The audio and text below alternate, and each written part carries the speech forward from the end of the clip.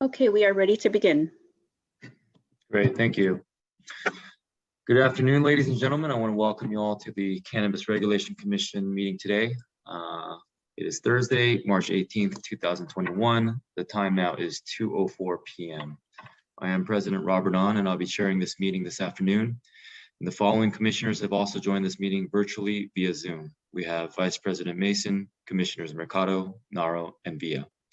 DCR's Executive Director, Kat Packer, has also joined this meeting along with other members of her department and the City Attorney's Office.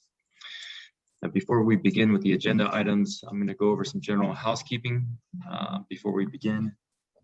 Due to the COVID-19 pandemic, this meeting is being conducted virtually via Zoom and is being live streamed on DCR's website. Individuals who wish to watch this meeting may do so by visiting cannabis.lacity.org and clicking the About menu item on the top. Under the About menu, you may click on the Commission Meetings link and scroll down to the bottom of the Commission Meetings page. There you'll find the live stream. Folks can also listen to this meeting by calling Council phone at 213-621-2489, or you may call 818-904-9450 and select the number for this meeting. To offer public comment, you may call one of the two toll-free numbers, 877-853-5257 or 888-475-4499, and enter meeting ID 860-838-7310. These numbers can also be found on the agenda for today's meeting. Today's agenda can also be found on the department's website at cannabis.lacity.org and navigating the commission page under the About menu. This meeting is being recorded, and therefore we ask commissioners, department staff, and members of the public to please state your name clearly when you speak. The audio file will be posted online within 48 hours of this meeting.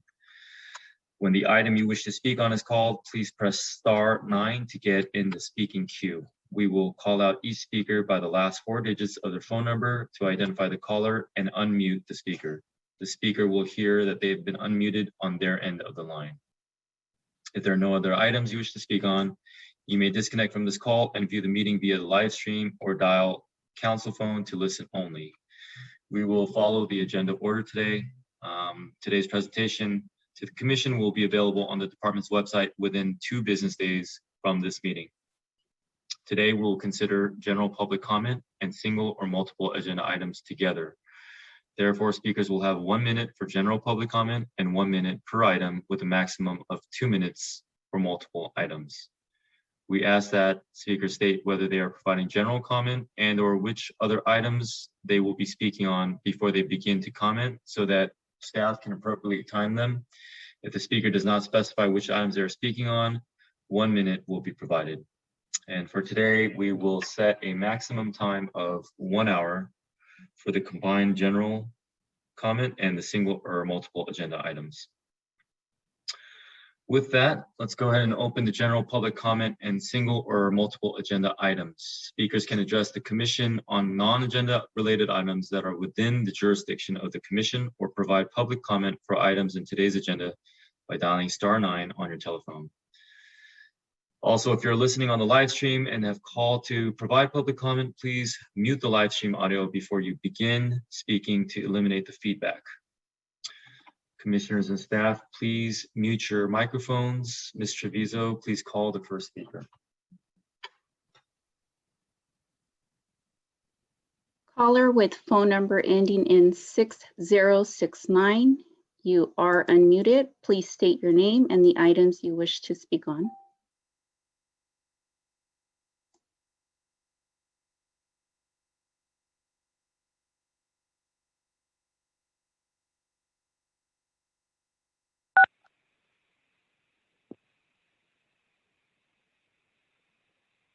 Hello? Yes, please state your name and the items you wish to speak on. Hi, my name is Mike. I have general public comment. Okay, you have 1 minute. Okay, I just want to get some clarity on how these phase 3 retailers can get to temporary approval. It's been a very long process, and It's very concerning that DCR is requiring a certificate of occupancy to be submitted to them in order to get temporary approval. Section 104.06, which specifically talks about temporary approval requirements, clearly says 5 specific items, none of those being the certificate of occupancy. And then there's a 6th item for social equity applicants that need to submit equity share docs. So I just really want to know why, phase 1 for 3 years, these EMMDs were never required to issue a certificate of occupancy in order to be continuing business. However, these phase 3s who have been harmed so much these past couple years to just navigate through the process, why do the phase 3s need to show a certificate of occupancy when Thank the you. phase Your 1 minute didn't? is up. Okay.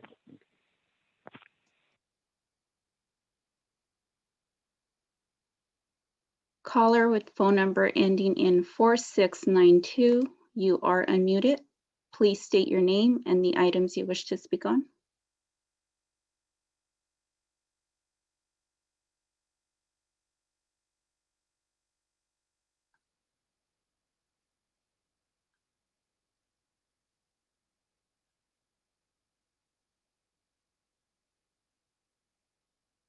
Caller with phone number ending in 4692, you are unmuted. Please state your name and the items you wish to speak on.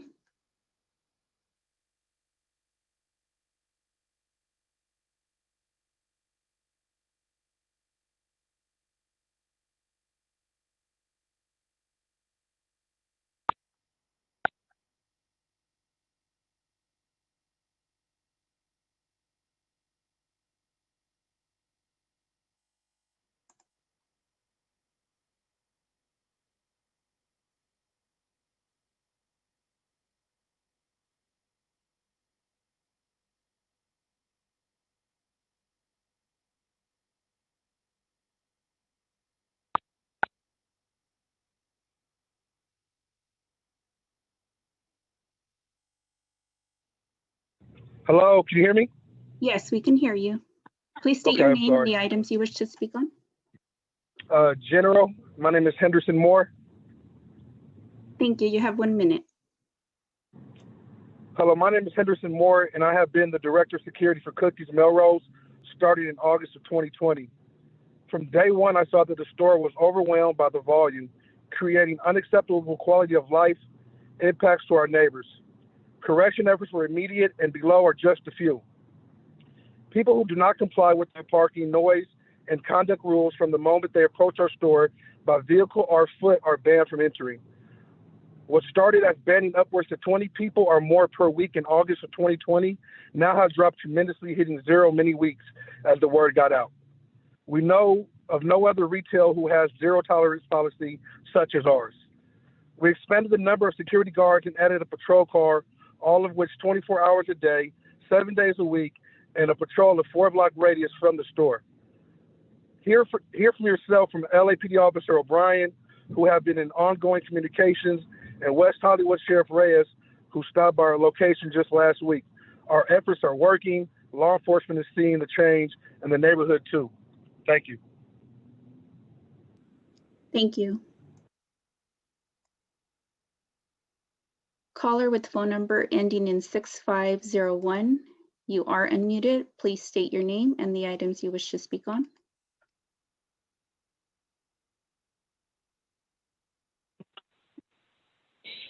Yes, hi. My name is Vartan Kalusian, and I've been the general manager for Cookies Melrose since October 2018. On behalf of over 40 employees of Cookies Melrose, I'm here to express to you that we understand our ability to operate a cannabis retail store is a privilege, not a right. We want to also acknowledge that when Cookies Melrose first opened, our actions didn't reflect that understanding.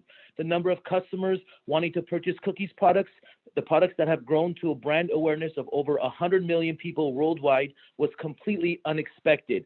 The combination of high volume of customers, limited parking, Melrose Avenue, residential adjacency, combined with our startup infrastructure in a newly regulated industry, quickly overwhelmed our resources. We realized we had to take big, bold steps to quickly make changes and begin at the grassroots level. We go beyond our retail footprint with security and cleaning. We cover a 4-block radius 7 days a week, all throughout the streets in the neighboring area.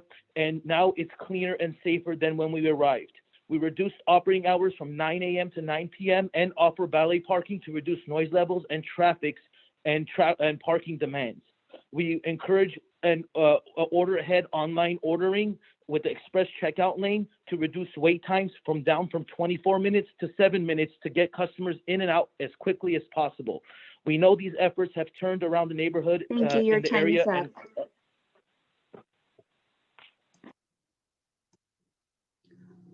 Caller with phone number ending in 5539, you are unmuted. Please state your name and the items you wish to speak on.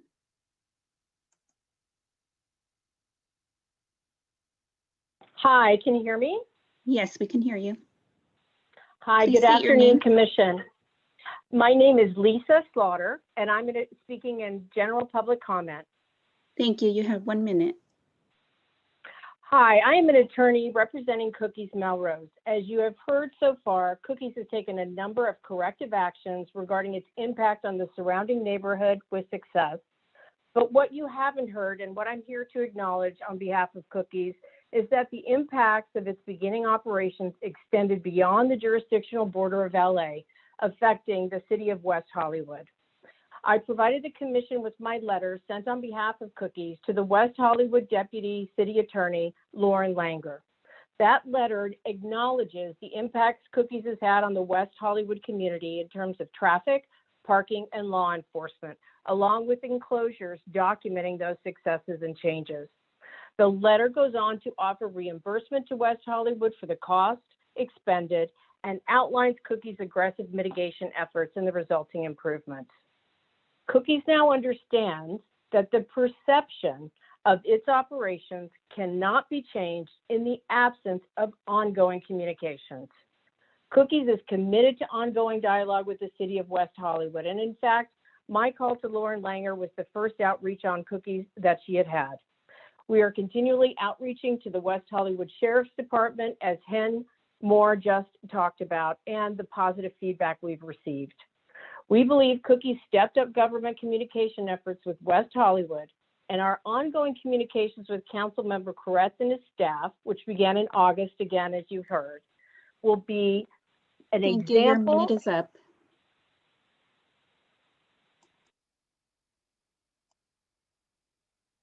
Caller with phone number ending in 3157, you are unmuted. Please state your name and the items you wish to speak on.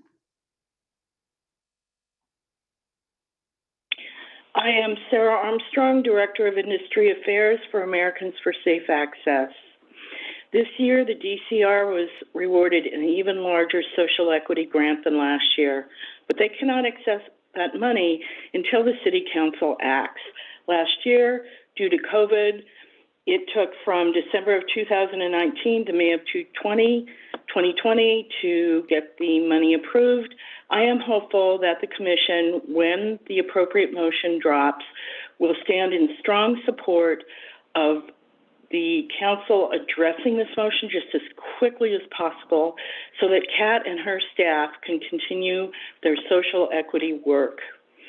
This is an extremely important item.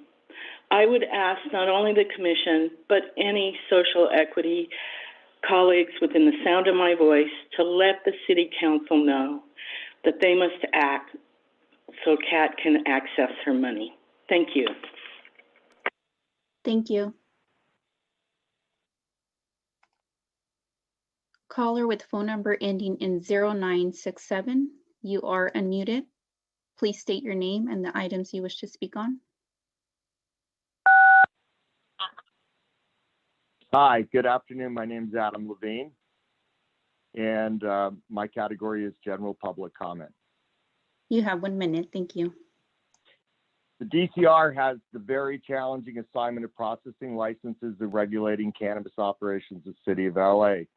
They do it with limited budget, limited staff. The result is many operators wait 6 months or longer to receive permission to operate and then have to go through a similar process with the CDPH or BCC.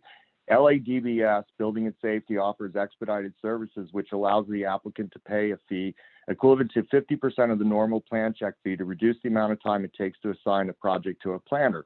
LADBS estimates an expedited project request will be assigned to a planner in 5 days as opposed to 3 to 4 weeks. I propose the DCR does the same thing. I did some quick math and concluded the DCR's budget will increase by at least $350,000 per year. 100 expedited applications at $3,500 apiece.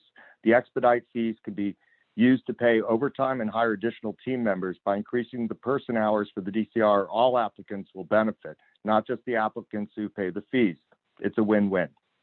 Thank you. Thank you. Caller with phone number ending in 0982, you are unmuted. Please state your name and the items you wish to speak on.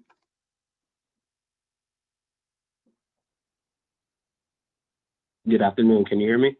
Yes, I can hear you. Awesome. My name is Benjamin Cole. I'm a Los Angeles social equity applicant, and I am here to speak both a general comment as well as an agenda item related to the social equity applicant process. You have 2 minutes. Thank you. All right. So I and my two brothers, who are classified as Type 2 applicants, have spent the last couple of months putting together business plans, and we're now ready to apply to get both a financial grant, which is key to our business in order to secure a delivery license. Yet we cannot even find a working link on your website to apply. You all have secured over $3 million over the last 3 years to use for grants, assistance, and programming. So how is it possible that we have no way to apply for access? This is frustrating and ridiculous, and you all on the commission should be disappointed in how you are failing your constituents that you have been appointed to serve. I'm here today because I demand that an expedited process be set up for those such as myself who have missed out on the opportunity to apply due to the failed logistics and poor planning that you all are responsible for. I am a graduate of Harvard Business School, and I am more than happy to pull resources from my school and help you all out where you all see fit. I also used to work for Boston Consulting Group, which is a top-tier management consulting firm. So to see how much money you all have been given and the absolute waste, I am more than happy to go and ask the former partners at BCG to do pro bono work to help this city and to help you all get your act together, because this is absolutely ridiculous. Again, I demand an expedited process be set up for people such as myself so that we can apply to get the money that's been set aside for us to become successful and push on our delivery license, to push on our retail license, to push on the things that we are entitled to given the whole process of this whole social equity applicant being set up. So please, Victor, Philip, Rita, Harris, Robert, let's make this happen, because this is we can no longer stand for this. Thank you. Thank you. Caller with phone number ending in 6647, you are unmuted. Please state your name and the items you wish to speak on.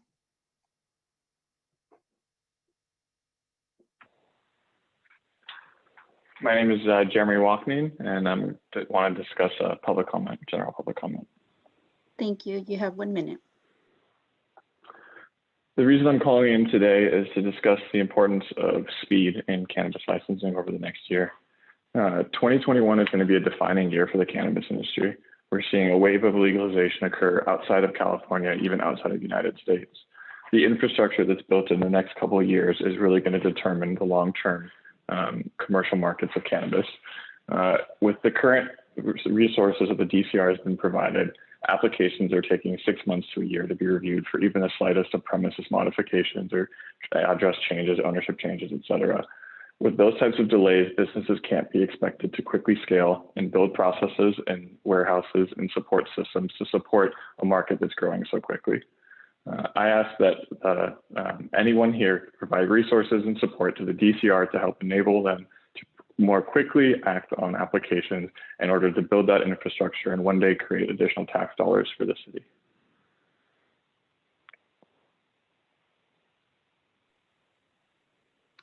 Thank you. Your minute is up.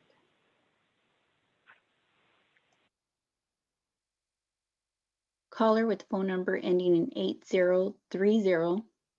You are unmuted. Please state your name and the items you wish to speak on.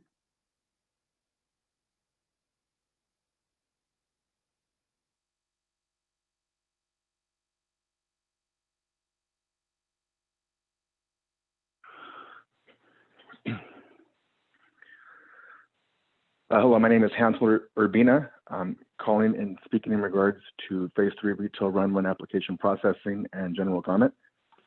Thank you. You have 2 minutes. Okay, so we submitted our application on September 3rd, 2019, when the first 100 applicants were accepted by the DCR. Our application was given number 87, and on December 12th, 2019, we paid the BRTC of $9,075. Unfortunately, we were one of the applicants who had gotten involved with a predatory landlord situation. After the DCR allowed applicants to move, we secured a new location across the street from our original location. We submitted our business premises relocation application to the DCR October 31st, 2020, before any other party was identified in the licensing map. While attempting to get an invoice for the relocation fee recently, our DCR analyst suggested it would be a waste of time to pay the invoice because the DCR was given a license for our area to another applicant. We followed the rules and found that we lost our place in line because we moved due to the above described situation. We followed all the rules the DCR provided, all the rules of the game, all the information that they released, and we're still here. Also, from the list of 200 license recipients released by the DCR on December 2nd, 2021, our position moved from number 87 to 78. Evidently, we're losing our area and place in line to number 178 off that same list. Does that make logical sense to anyone here? I can't breathe. No puedo respirar. Thank you. Thank you. Caller with phone number ending in 5755. You are unmuted. Please state your name and the items you wish to speak on.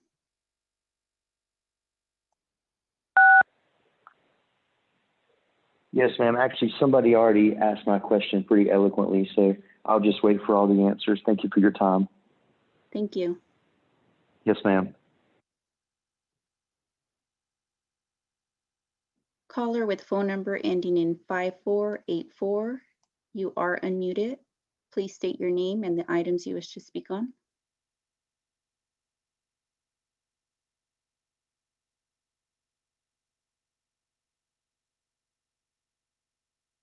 Hi, my name's Katie White, and I have general public comment.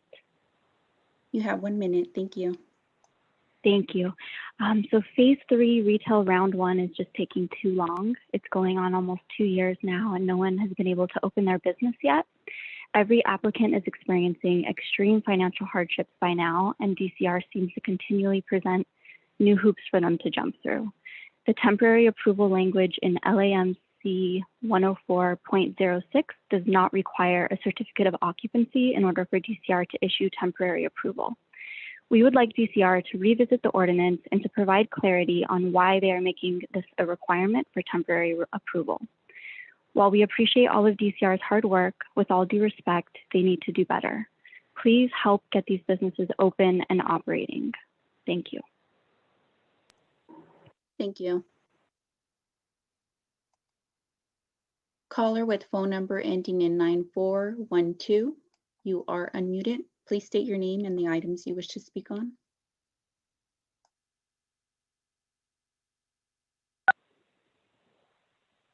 Hi, this is Chris Dillon, and I have a general public comment.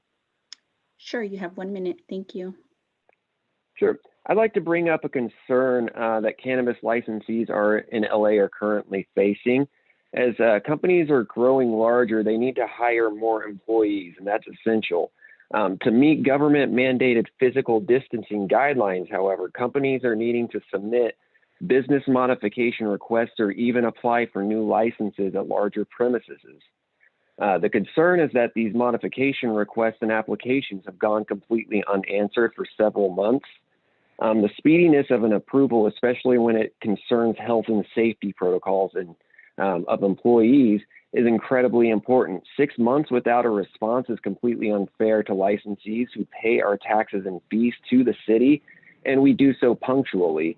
I'm encouraging the DCR to review their internal application review processes to address this issue. The BCC under 5038 has enacted the disaster relief response to COVID-19 to speed along these types of requests to the state. Can the DCR come up with a similar program for licensees in Los Angeles? Thank you. Thank you. Caller with phone number ending in 6474, you are unmuted. Please state your name and the items you wish to speak on.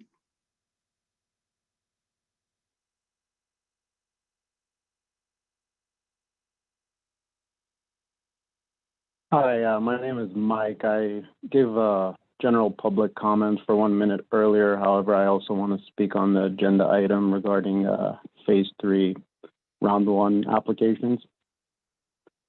I just want to reiterate this whole certificate of occupancy requirement. I know a few callers have discussed that, but I just want some clarity from DCR as to why are they requiring these phase 3s to go through this building and safety process in the middle of a pandemic, when building and safety is short-staffed, when LAMC section 104.06 section D clearly says that a certificate of occupancy is something that you should get to satisfy other city agencies. However, it is not, part of DCR's job to, well, I'm not going to say job. I just want to know why DCR is enforcing that. It seems like they're just interpreting it that it's a requirement, but based on the letter of the law, it doesn't seem to be an actual requirement. Many applicants are getting certificates of occupancies, which are going to take another couple of months, but they're ready to open now. So if they're ready to open, they should be allowed to open just like the EMMDs are allowed to open without showing certificate of occupancy. The section of 104.06 that says EMMDs are exempt from certain things. Thank you. Your time is up. Things. Okay, thank you. Caller with phone number ending in 0184, you are unmuted. Please state your name and the items you wish to speak on. Hello? Yes. Yes, hi. My name is Evelyn Scott, and I'm a Los Angeles social equity applicant owner. In 2019, well, let me start over. I'm sorry. I want to speak on general comment and all agenda items. Sure, you have 3 minutes. Okay. Again, my name is Evelyn Scott, and I'm a Los Angeles social equity applicant owner. In 2019, social equity applicants were promised a total of $3 million each year for 3 years, totaling $9 million in grants, technical assistance, and programming. To date, this has only happened once in 2019. Each meeting, the department claims they don't have capital, manpower, or resources to execute the promises they made in Measure M. While they only make over $330 million in tax revenue, while the DCR has spent $41 million without any type of deferral fees, grants, and technical assistance. Where the hell is the extra $280 million? We are demanding that expedited processing is available immediately. We are demanding that the application timelines are honest and correct. Social equity entrepreneurs must be prioritized. Listen at this. Applicants need a clear and honest timeline on modification requests. The city has made $330 million in tax revenue and still has not made the promises in Measure M. The social equity program must be prioritized. Grants for social equity applicants must be enforced and made available. Expedited processing available immediately. $289 million surplus and still no social equity programs or priorities or any type of prioritization.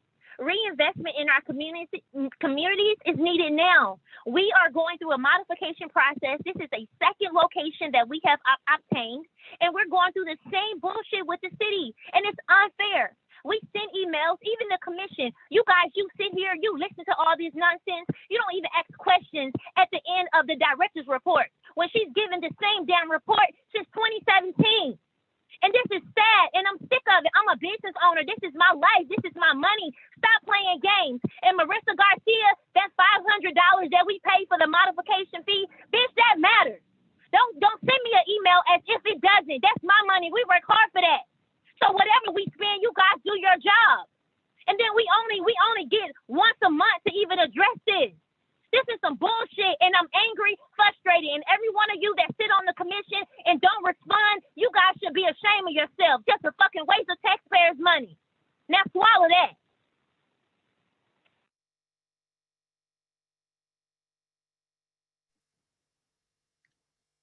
President On, I don't see any more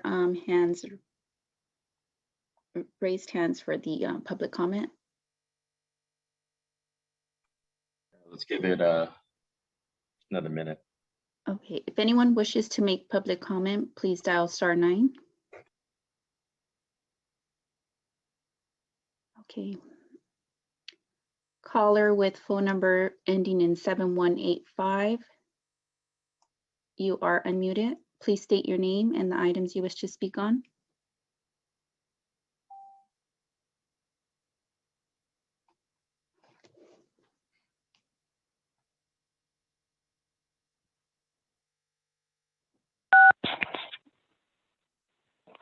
Hi, this is Ed, and I have a general public comment.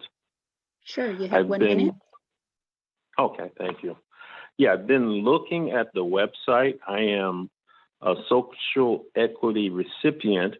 However, I'm one of those that don't have capital, don't have any experience running a business, but I'm interested. And I can't find anything on the website or anywhere that's telling me what's planning or what's available for training, education, identifying opportunities for me to get involved. So this is what I'm really interested in doing and looking for. And right now, I don't see anything. Thank you.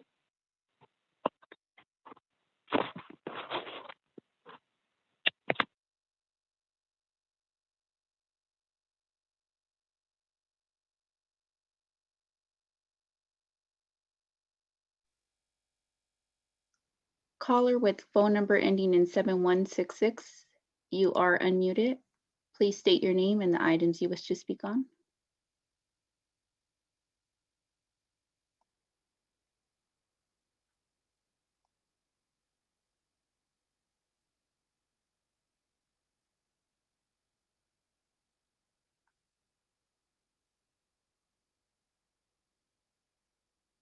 Hello? Yes.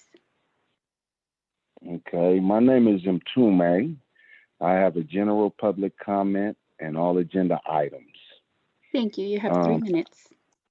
Okay, again, my name is Mtume, and I am a Los Angeles social equity applicant.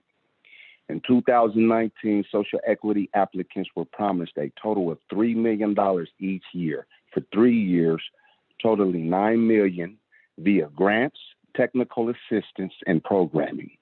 To date, this has only happened once in 2019. Each meeting, the department claims they do not have the capital, the manpower, or resources to execute the promises they made in Measure M. While they make over $330 million in tax revenue, while the DCR has spent $41 million without delivering fee deferrals, grants, and technical assistance, which I need very badly. Where the hell is the extra $289 million? We are demanding that expedited processing is available immediately. We are demanding that application timelines are honest and correct. Social equity entrepreneurs must be prioritized. And I emphasize, social equity entrepreneurs must be prioritized. Applicants need a clear and honest timeline on modification request. The city has made $330 million in tax revenue and has still not facilitated the promises made in Measure M. The social equity program must be prioritized. Again, The social equity program must be prioritized. Grants for social equity applicants must be enforced and made available. Expedited processing available immediately. Again, expedited processing available immediately. $289 million surplus and still no social equity programs or prioritization. Reinvest in our communities. Again, reinvest in our communities. Thank you. My name is Mtume. Thank you.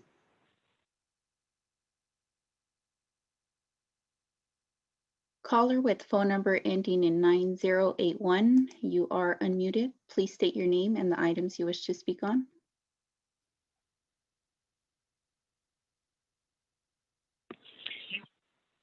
Hi there. My name is Jack Thornton. Good afternoon, Commissioners. I'm the General Manager of Sweet Lady Jane Bakery with a general public comment. Thank you. You Sweet have Lady 1 Jane minute. Thank you. Sweet Lady Jane is located only 2 doors away from Cookies on Melrose Avenue. We've been their neighbour for the last 3 years, and I'm here today to speak in strong support of them. Yes, I admit, when Cookies first joined our neighbourhood, there was a bit of a rough start with the increase of vehicle and foot traffic on the Melrose area. However, they were always friendly with us and responsive to any feedback we gave them. They've also made huge improvements in their security and operations, which has the neighbourhood in a safer and is cleaner for all of us.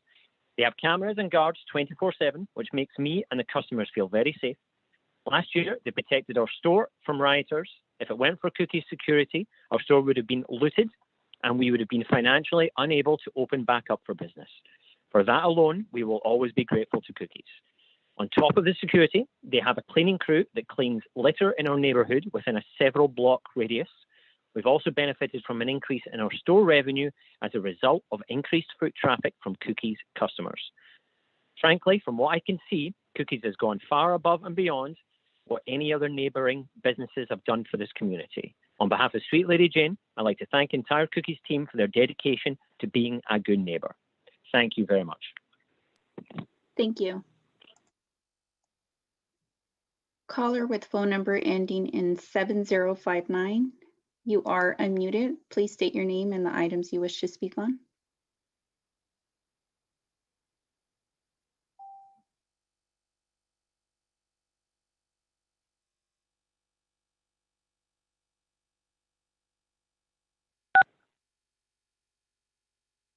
Good afternoon, Commissioners. Can you hear me okay?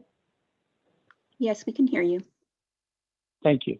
My name is Bruce Hutchison, and I am one of the investors with a social equity partner for a building that we have been paying rent of $13,000 a month for 2 years. And we are going to hopefully be able to continue to support the social equity partner, but $290,000 to pay for a building that we can't do anything in is putting a strain on both the social equity partner and us as investors. And would just like to share from an investor point of view that we're losing money that we would otherwise be able to invest in other things.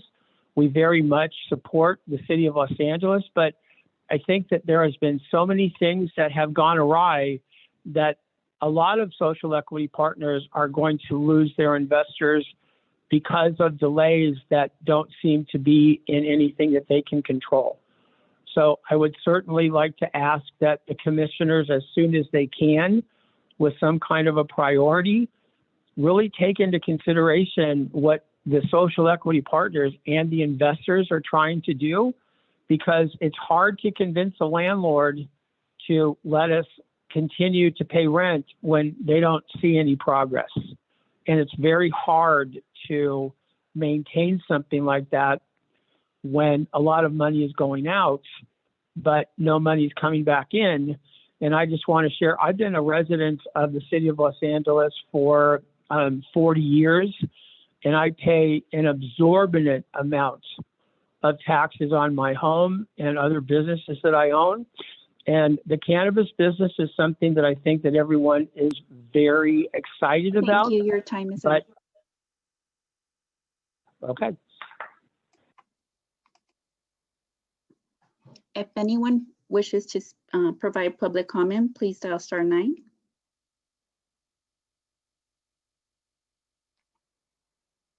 Caller with phone number ending in 9196.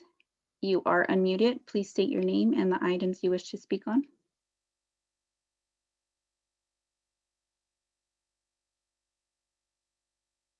Hello, can you hear me? Yes. Hello, can you hear me? Yes, we can hear you. Okay. Hi, my name is Laura Aguirre, and I'm calling about just general questions. My name Sure, is you Laura have 1 Aguirre. I'm a minute. Los Angeles. Okay. I'm a Los Angeles social equity applicant. In 2019, social equity applicants were promised a total of $1 million each year for 3 years, totaling $9 million via grants, technical assistance, and programming. To date, this has only happened once in 2019. Each meeting, the department claims they don't have the capital, manpower, resources to execute the promises that they've made in Measure M. While they make over $330 million in tax revenue. While the DCR has spent $41 million without delivering fees, deferrals, grants, and technical assistance. Where the hell is the extra $289 million? That's a lot of money to be lost. We are demanding that the expediting is available immediately, demanding that the application timelines are honest and correct. Social equity entrepreneurs must be prioritized. This was stated from the very beginning that we were going to have priority. I've been in the cannabis industry for 11 years, and I can tell you this whole system is set up for us to fail. And I'm going to tell you anywhere. So the DCR better get it together, because when they're asking for their payment, we're delivering, and we expect the same in return. You know, the city's made $330 million in tax revenue and still has not facilitated any promises. We're losing. You know, I'm having a hard time keeping my Thank you. facility. Your minute is up. You know, thank you. Caller with phone number ending in 7118. You are unmuted. Please state your name and the items you wish to speak on.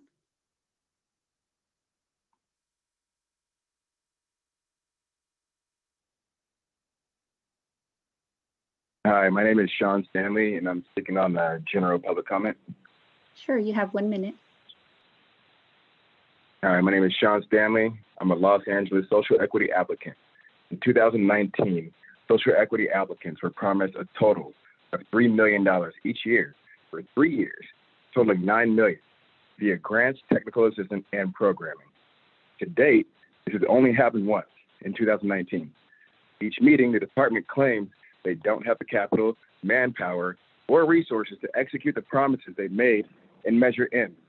While they make over $300 million in tax revenue, while the DCR spent $41 million without delivering deferral fees, grants, and technical assistance. Where is this money, you guys? It's $289 million, my bad. We're demanding the expedited processing is available immediately. We are demanding that the application timelines are honest and correct. Social equity entrepreneurs must be prioritized. Talking points that we are focusing on: number 1, applicants need a clear and honest timeline on modification requests. Number 2, the city has made $330 million in tax revenue and still has not facilitated promises made in Measure M. Number 3, the social equity program must be prioritized. Number 4, grants for social equity applicants must be enforced and made available. Number 5, thank you. Your time is up. Yeah, I bet it is.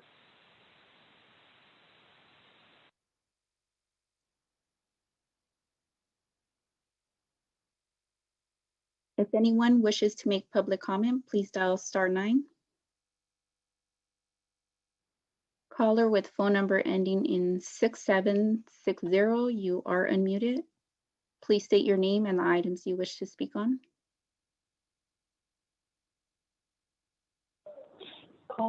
Good afternoon. This is Tika Keith. Good afternoon. Commissioner An, Villa, Mercado, Naro, I know you all were there. I don't know about Commissioner Mason, But in April 2019, the Rules Committee made specific instructions to create a health for the commissioners, to create a health and social equity working group to identify best practices with regards to equity so that you guys hear the community's concerns. This 1 to 3 minute time period is unacceptable because we never have a chance to respond to the executive director's notes to say this is not happening. I've heard caller after caller speak to the fact that there was a $9 million budget that was to be allocated to social equity back in 2019. We only got it for 1 year. Every time I hear the executive director come on board and talk about the problems with social equity, it's either that it's understaffed or no budget. Unacceptable that that budget did not continue into 2020. Unacceptable that $11 million later with state funding to this date. There is not one technical assistance program. There's not one legal assistance program. There are not licensing and business compliance programs for the community. And yet we come on this call time and time again, and you only hear us, and I've never heard any of you guys make a motion to send something to City Council to make sure that our concerns are being addressed. Now, the last commission meeting that we had, the last commission meeting that was had, the commissioners, Jason Colleen, as a matter of fact, said that there was going to be an expedited cannabis unit so that those of us that needed assistance with LA, the Department of Building and Safety, we would have some assistance. That was 2 months ago. I have not gotten one. I thought I had 3 minutes. You didn't state which items you were speaking on. I'm sorry, I'm speaking on all the items. Okay, you have 2 minutes. Thank you. The LA DBS expedite person does not exist, so we have not been able to expedite our paperwork. I've called up to LA DBS. I went down there. Numerous social equity applicants have. There has been no assistance with expediting that process. In the last commission meeting, we were told the timeline was 130 days for application modification requests. It has been 149 days since I submitted my documentation for my change of ownership. I am one of 7 people that have passed my inspection, and to this date, 149 days later, I cannot get my application to move to the state for local authorization because there has not been a process in place to review application modifications. That's unacceptable. There's funding, there's staff. You can't tell me about COVID. It's unacceptable. You guys know I've been up on that podium since 2018 talking about renting a property for $12,000 a month. You guys can't keep hearing these complaints and not address them and only listen to these reports. The LA Bar Association Pro Bono Legal Assistance Program, nobody's signing up because it's only 7 to 10 hours of legal assistance. What can you do with these predatory agreements that need to be renegotiated? 7 to 10 hours is not enough. So all these empty promises are causing hardships to the social equity community, the exact opposite of what this program was to be about. So I'm urging you, commissioners, you've got to do more. Form this working group and hear the concerns of the community. Take our concerns back to the Rules Committee. Let the City Council know what's happening. You're not doing your job. Thank you very much. Thank you. Caller with phone number ending in 6072. You are unmuted. Please state your name and the items you wish to speak on.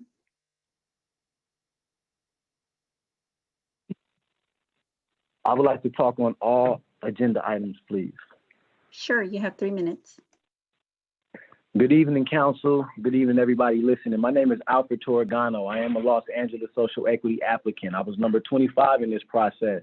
The applicants need a clear and honest timeline on modifications requests. I have to make a modification request, and it's no clear and honest timeline. I know people who have spent over 140 days beyond the limit that they said it was going to be. So we need a clear and honest timeline. The city has made over $330 million in tax revenue and still has not facilitated the promises made in Measure M.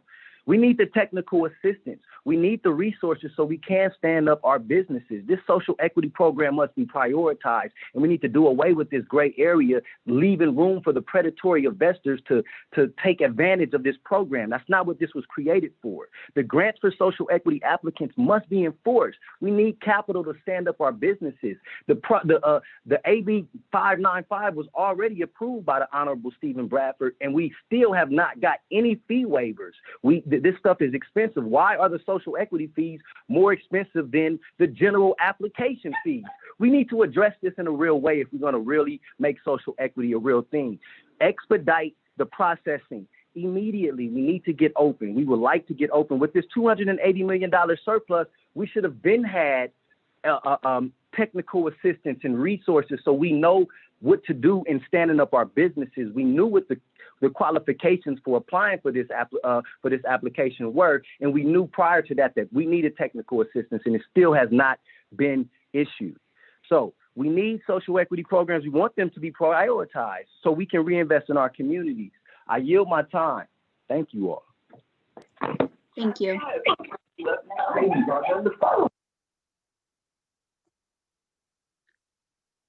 Caller with phone number ending in 4582.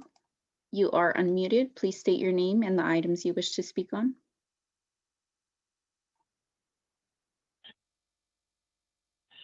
This is Dr. Ty Freeman, Executive Director for California Minority Alliance, and I want to speak on all three of the agenda items. Sure, you have 3 minutes. Fellow members of the Commission and staff of DCR and all of the listeners, first and foremost, I want to say that for all the listeners, it's important to note that the issues raised in the social equity program and DCR is not the result of the executive director or the staff of DCR. And as you all know, we've had many issues throughout the last 3 or 4 years, and it's not the issue of the commission. I want to say, and speaking on these agenda items, the issues of the program's progress, staffing, resources, and financial allocations for all the listeners is subject to the discretion of the mayor of the city of Los Angeles. It is the mayor's office that runs the department and allocates resources and staffing and program direction and implementation to the department head, Kat Packer. I will not stand by with our organization and allow people to begin the innuendos of mismanagement of funding from a department by saying that this allocation of money is here and there. The budget process takes the recommendation from the deputy mayor assigned by the mayor to run and incite the actions of the cannabis department. The executive director is subject to the will of the mayor. So the slowness in the social equity program in this city is due to the mayor's office, point blank and period. The commissioners have done a good job in listening. We've also got some issues that we can work on collectively. And I think that if we as participants and representing those who are members of social equity direct our attention to the real decision maker relative to the resources allocations that are reflective of the disappointment we have in the results of the department, then we'll get better results and people will not be frustrated. And I stand by that. Many of you know I've been working with the city over 25 years, and I know how to move people forward and this issue forward. And I just think that it's important to direct our attention as we recover from COVID to the right entities responsible for the slowdown and the disappointment that people have on the program. With that being said, I do believe that it is very important to work with the community groups on enhancing the program and its implementation. And I see that on the agenda item as far as the social equity funding and it goes forward. The real issue at hand that I would like to see the department work on behalf of our organization, I speak for, is that we would like for the department to do really introduction about cannabis. It's not just getting the license. The fact of the matter is you have to work with the fire department. The fact of the matter is you have to work with building and safety. You have to get your building permits. And you can still be sitting on a premise that is taking all of your resources, even if DCR was to process it, because there's 7 different departments that are actually moving this forward. Council has moved every resolution of change we've brought forward, people. It's not that. Again, the issue about how this program is going and going forward should be directed at the person solely responsible for resources, staff allocation, and decision, and that's the mayor's office. It's a true fact, and I only speak that to you. I think that one of the things the department can do, Thank you. Your time is up. thank you. I hope the department takes the commission to, again, incite people on what the challenges are and achieving the license beyond just getting approval from DCR. Thank you. Thank you. Caller with phone number ending in 8217. You are unmuted. Please state your name and the items you wish to speak on.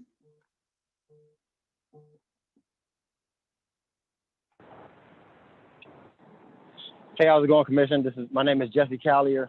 I'm a social equity applicant number 152, and I would like to talk on all talking points. Thank you. You have 3 minutes. Okay, so first one I would like to address is the applicants need a clear and honest timeline on the modification request, right? So there's been a lot of false promises, over promises, under delivering from the DCR's department on these modification requests. Number two, the city has made $330 million in tax revenue and still has not facilitated the promises made in Measure M.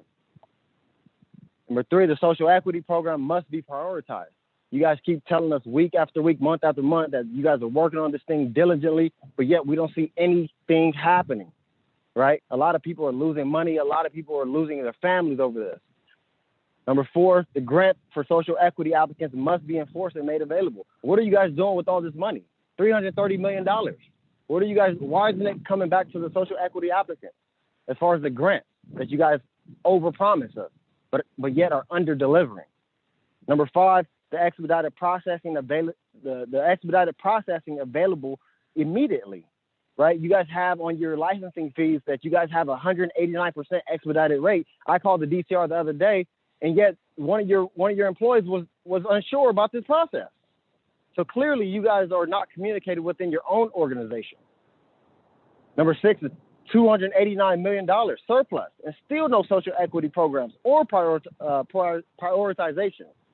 There's no social equity licenses that have been handed out to this day, and that's super problematic for us. A lot of people are losing a lot of money over these things just because you guys are over-delivering, over-promising, and under-delivering, and I yield.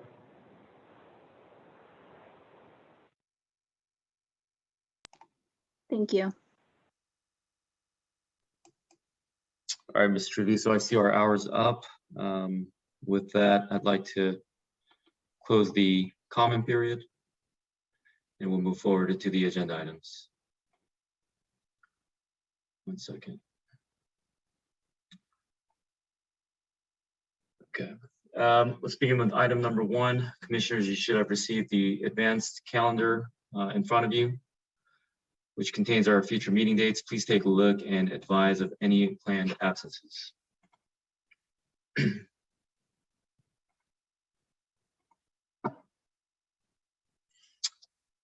Hearing there are none, let's move forward to the approval of the minutes. We were sent the minutes of February 4th, 2021 for review. Do I have a motion to approve the minutes? This is Commissioner Villa. I move to approve the minutes. Thank you, Commissioner Villa. Do I have a second? It's Commissioner Mercado. I can second. Okay, we have a second from Commissioner Mercado. Mr. Treviso, please call the roll. Commissioner Villa, how do you vote? Aye. Commissioner Mercado, how do you vote? Aye. Commissioner Mason, how do you vote? Vice President Mason, aye. I apologize for that, Vice President Mason. Commissioner Naro, how do you vote? Aye. President On, how do you vote? Aye. The vote is 5-0 and the motion passes. Thank you. Now moving on to item number 2, we have the Executive Director's report. I know there's a lot of updates that we have from the previous month. We look forward to hearing from you. Ms. Packer? Good afternoon. Thank you, Commission President On. Good afternoon, Commissioners. I hope you and the public joining us today are safe and well. Before I get formally started with my remarks, I do want to thank every single one of the individuals who called in to share public comment. Believe it or not, this is a very important vehicle for which the department and the commission to hear directly from stakeholders, but we also recognize that while it is necessary, it is not sufficient. And so there are a number of different initiatives that we're working on, one of which we'll get into detail further on in this presentation. But for community members who have asked for example, working groups or just more meaningful ways to engage with both the commission, the department, and the city as a whole, we are hopeful that this initiative that we'll be launching and sharing with you all next month at the next commission meeting will do just that and accomplish that goal. I also want to recognize and acknowledge the frustration that many stakeholders have expressed due to the delays associated with our application process, specifically for social equity applicants. And also comments made not only about delays in the application process, but delays in standing up some of the programming that was not only promised but codified. And what I want to articulate, Dr. Brown will get into the specifics of some of this programming later on. But I do want you all to know that while there are many hoops that we as an agency have to jump through in order to make this program available to the public, we are doing everything that we can to get this programming out the door and in the hands of social equity applicants as soon as possible. I'm specifically referring to business licensing and compliance assistance, which is to be an educational component of the social equity program. As some stakeholders called in and acknowledged, there was a budget policy that was adopted by City Council in 2019, whereby the department was to be allocated $3 million per year for 3 years for business licensing and compliance assistance. And stakeholders are correct that that allocation was only made one time in 2019. And the reality is that we've spent the time since then navigating through the bureaucracy and jumping through the hoops that it takes to contract with third-party vendors and to build and develop curriculum. But that is something that is a priority of ours as an office and that Dr. Brown and her team have been continuing to work on. We continue to share updates in these commission meetings, and I recognize that the update may seem incremental. If you're hearing, one commission meeting that we signed contracts, the next commission meeting that there were notices to proceed issue, in part because there's a lot of bureaucracy that goes into standing up these programs for the first time. And we were not given any special privileges or exemptions from the bureaucracy to stand up these programs. Also, outside of business licensing and compliance assistance, which we're working to develop and with the vendors that we've selected, I also heard stakeholders raise concern about resources that were made available through the California Equity Grant. I want to articulate, and Dr. Brown will share more on this information later, but that we are working to establish a financial grant program, and we're hopeful that we're going to be launching this financial grant program and making an intentional decision to make grants available, not loans, to social equity applicants, and that application will be available to folks next month, and that we can quickly get dollars out the door through that program. But to articulate that we're doing everything that we can to get this programming available to applicants as soon as possible. If we could cut through the red tape, we absolutely would, and we're seeking to do that in each step that we take, but in particular for the financial grant program, at least with resources that have been made available to date, we're going to be making $6 million available to social equity applicants.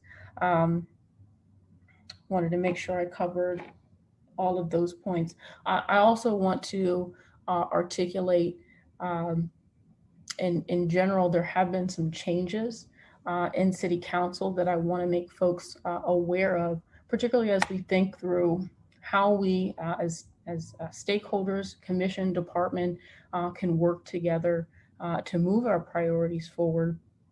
And that's to articulate both to this commission and to members of the public that cannabis items no longer, and the cannabis department is no longer assigned to the rules committee, but are assigned to the planning and land use committee that's often referred to as PLUM. So even before beginning formal remarks, I just wanted to comment on some of the feedback that we heard directly from stakeholders, to thank stakeholders for sharing their input and sharing public comment, and for those who organized to share public comment to do that as well, because I think that helps us to reflect on the changes that are necessary in order to move this process forward. So thank you. I know that it's now been over a year since COVID-19 has impacted the day-to-day lives of each and every one of us, and also the operation of our programs and services. We've done our best throughout this time to continue our work of administering programs and services, and continue to work towards expanding and improving these services. To that end, today's report will give updates on those efforts and to preview some of the exciting programming that we will launch next month in April of 2021. In framing today's report, it's important to continue to raise in front of this body that our efforts continue to be impacted by COVID-19 and the resulting fiscal crisis.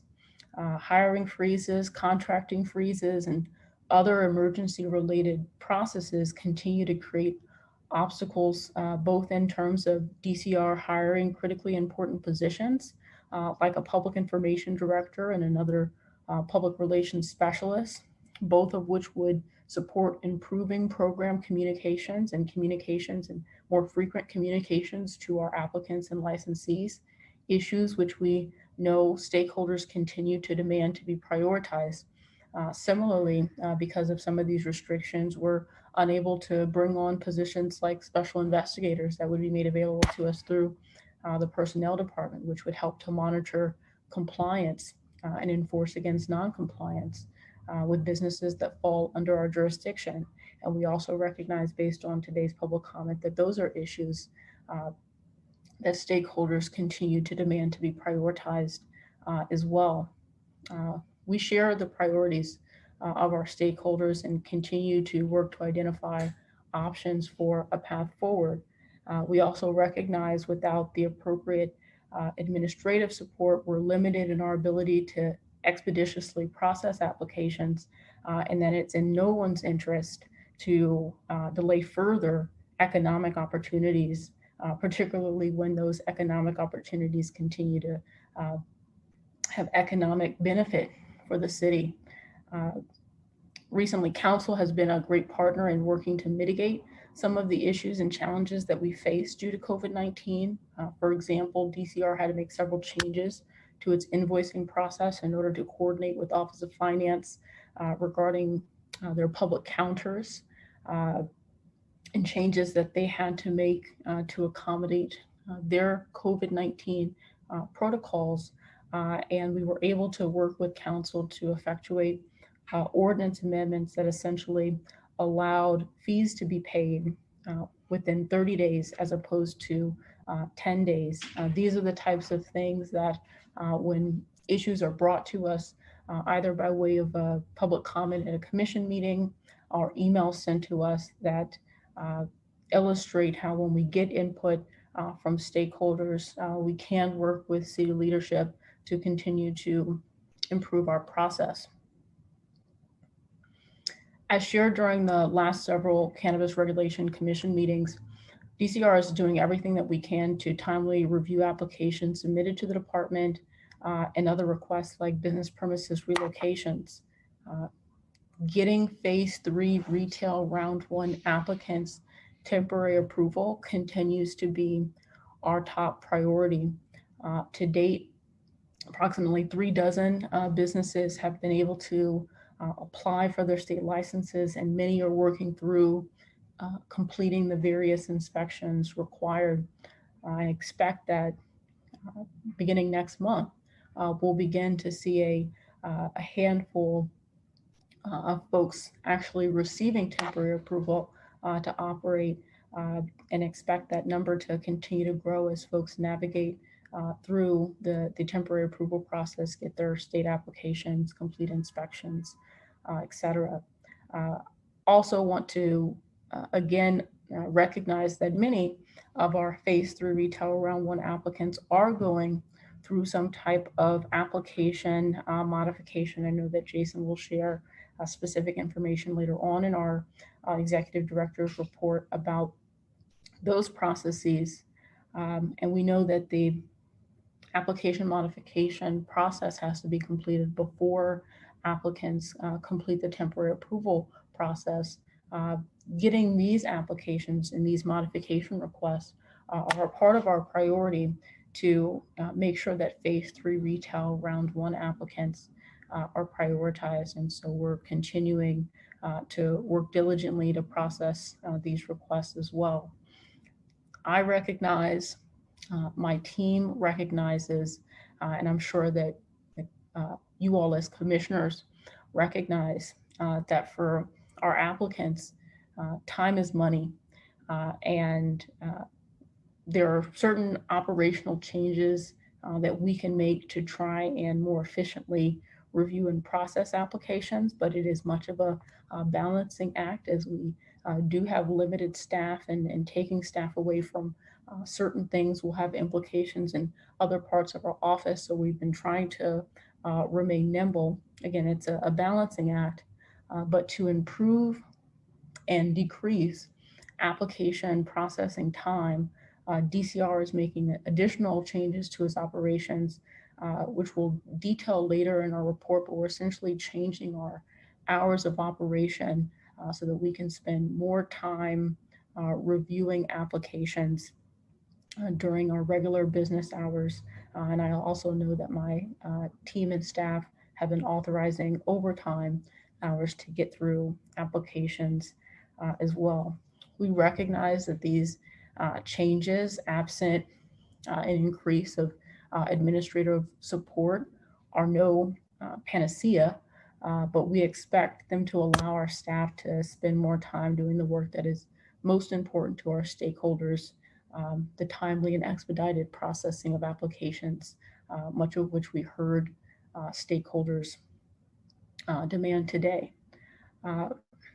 While much more information about our licensing process will be shared by other staff during the executive director's report, I did want to take a few moments to provide context to some of that information that will be shared. I also want to articulate, commissioners, that a lot of the information that we share in these commission meetings, I'd say most of the information that we share in these commission meetings are shared directly to applicants, either via SELA or we're making this information available on our website.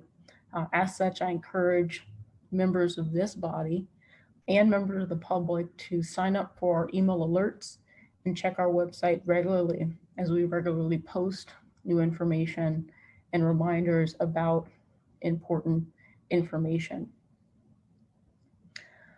Lastly, I want to share that I look forward to engaging with this commission on ways to improve policy and programming related to cannabis activity. I know that here in the city of Los Angeles and elsewhere, there have been efforts made to center equity in cannabis policy reform. And while our efforts here in the city have broken ground in many ways, what we're doing today is simply not enough to truly address the harms of the war on drugs and to fulfill the promises of righting those wrongs. To that end, I hope to partner with this body to proactively address equity in cannabis policy reform and to take those efforts beyond equity and licensing, though that's a critically important piece that we recognize that we still have a lot of work to contribute to and improve.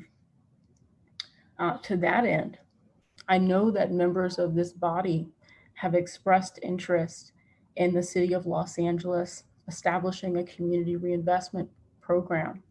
And I think it's time for us to bring that conversation in front of the commission and to work together to develop a proposal and recommendations for city leadership to consider, particularly in this time of economic crisis and health crisis. To that end, I look forward to engaging with each of you on this important matter and others that allow us to more readily and more efficiently and more effectively identify and eliminate disparities that exist in our community. That's the real work of equity, identifying the disparity and working to eliminate it. We know, even based on the relatively little data, at least in terms of the licensing and lots of other data as it relates to criminality, that those disparities still exist. And so we still have a lot of work to do.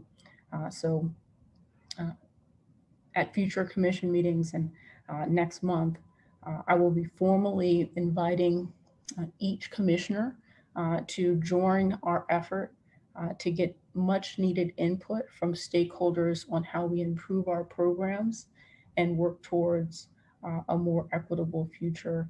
This is going to come in the form of this community engagement initiative that my team and I have been working on, but I will be asking each commissioner to participate and contribute in this effort, to engage community members, to get feedback from stakeholders on a number of different items like our licensing program, our social equity program, community impact and corporate social responsibility, and then for us to take the input that we receive from stakeholders and bring policy recommendations and proposals to city leadership.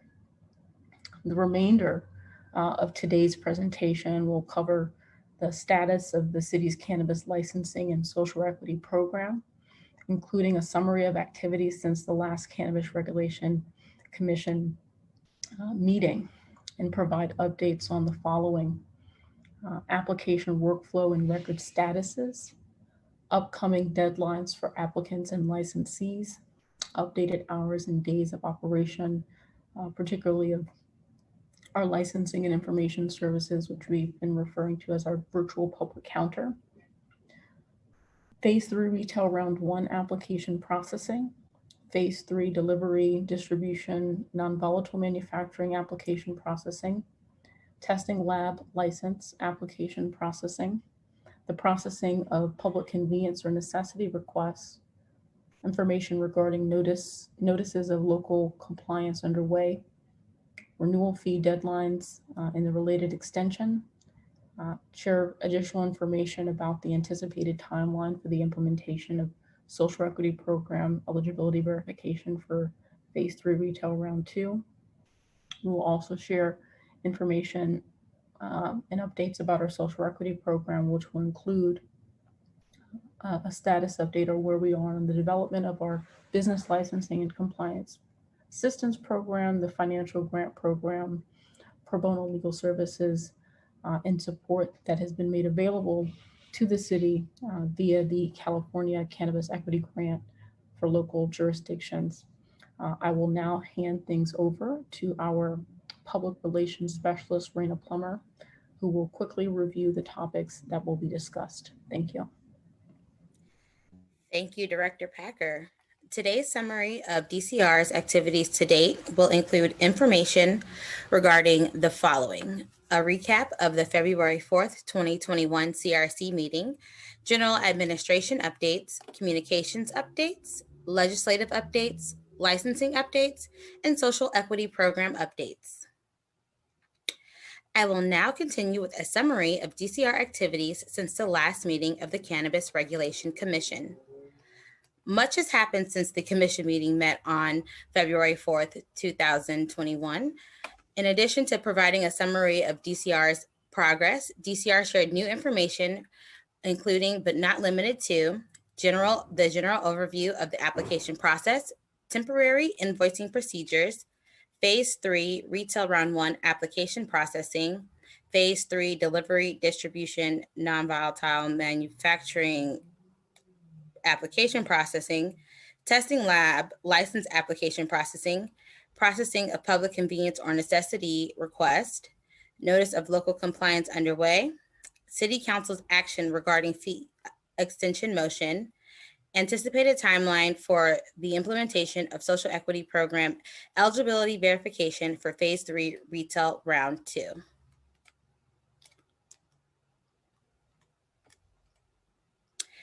The Department of Cannabis Regulation is taking every precaution possible to prevent the spread of COVID-19.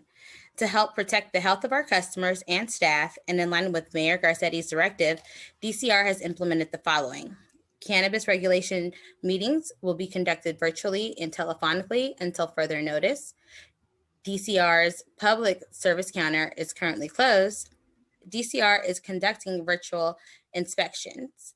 DCR licensing and information services are still available online at cannabis.lacity.org or by phone at 213-978-0738. Beginning April 5th, 2021, the Department of Cannabis Regulation will be changing the operating hours of its licensing and information services or virtual public counter. The virtual public counter will be now available Monday through Thursday, 10 a.m. to 4 p.m. and closed on Friday. Virtual public counter services include the operation of DCR's general phone lines and email systems. 3 to 4 DCR personnel will actively monitor DCR's main phone line during these new regular business hours to ensure coverage. If staff members are unavailable at the time of a call, calls will no longer be routed to the remaining members of the licensing team. DCR staff will return voicemail messages within 3 business days to callers who leave appropriate contact information, which includes a full name and phone number. We are making this operational change in order to dedicate more staff time to license application processes. As such, DCR staff will not be available to answer DCR's phone line nor respond to emails on Friday. Instead, on Fridays, licensing staff will be focused on license application processing, virtual inspections, and modification requests. Next slide, thank you. Vice President Mason, throughout the last few commission meetings, you have asked about our initiatives around community engagement and outreach. The department has spent the past 15 months developing a stakeholder meeting and community listening session initiative with resources originally made available through the general fund in 2019. And today, we are happy to announce that the department has completed contracting with the selected vendor, MBI Media, and a notice to proceed has been issued and both parties have signed. Sorry, I'm very excited about this. MBI Media has begun work on designing and facilitating these stakeholder meetings and community listening sessions. This initiative will directly engage a diverse group of thought leaders, community-based organizations, nonprofits, businesses, educators, and others via the collection of stakeholder comments, the administration of stakeholder surveys, administration of various one-on-one on-screen interviews, and on-screen facilitated stakeholder discussions. DCR will be launching this initiative in April of 2021. Next slide. While the larger initiative just mentioned will launch in the coming weeks, the department is still engaging with stakeholder groups on an ongoing basis. On January 21st, 2021, DCR joined Department of Neighborhood Empowerment, or DUN, their general manager, Raquel Bertrand, for a presentation to the South Los Angeles Neighborhood Council Alliance on stakeholder participation in the public convenience or necessity process. Since meeting with SLANK, the department has drafted a communication describing this process and requested that it be included in the upcoming newsletter that DUN sends to all of the neighborhood councils and alliances, so be on the lookout for that. Next slide. On Tuesday, March 16th, 2021, Director Packer's South by Southwest 2021 session titled How We Ensure Equity in Cannabis Policy aired during the annual conference. The session was 25 minutes long and was moderated by National Cannabis reporter Amanda Chicago Lewis. Director Packer participated in a live chat with more than 120 attendees throughout the session airing. In addition, sections of the session will be included in Audible's Best of South by Southwest 2021 recap, which will be available to all Audible users beginning mid-April. On Thursday, March 4th, 2021, Director Packer spoke to law students at The Ohio State University Moritz College of Law on professional and personal perspectives on law school and life. The conversation focused on Director Packer's law school experiences that remain meaningful, life after law school, and professional and personal tips for remaining healthy in trying times. DCR will be joining LA Sanitation, or LA San, on Tuesday, March 23rd, 2021 for their 2021 Cannabis Symposium. The symposium is targeted towards commercial cannabis business applicants and licensees. DCR session will provide updates on current application processes and resources. Now, I'd like to briefly mention 2 legislative updates that our stakeholders should be aware of. First, on Thursday, February 18th, 2021, the mayor signed ordinances granting an extension on renewal fee deadlines and allowing the padlocking, barricading, or fencing of properties where unlicensed commercial cannabis activity occurs. The renewal fee extension ordinance contains an emergency clause and is currently in effect. The padlock ordinance will become effective on March 27th, 2021. DCR is currently reviewing proposed state legislation to advise this commission and city council on potential legislation to support. Thank you.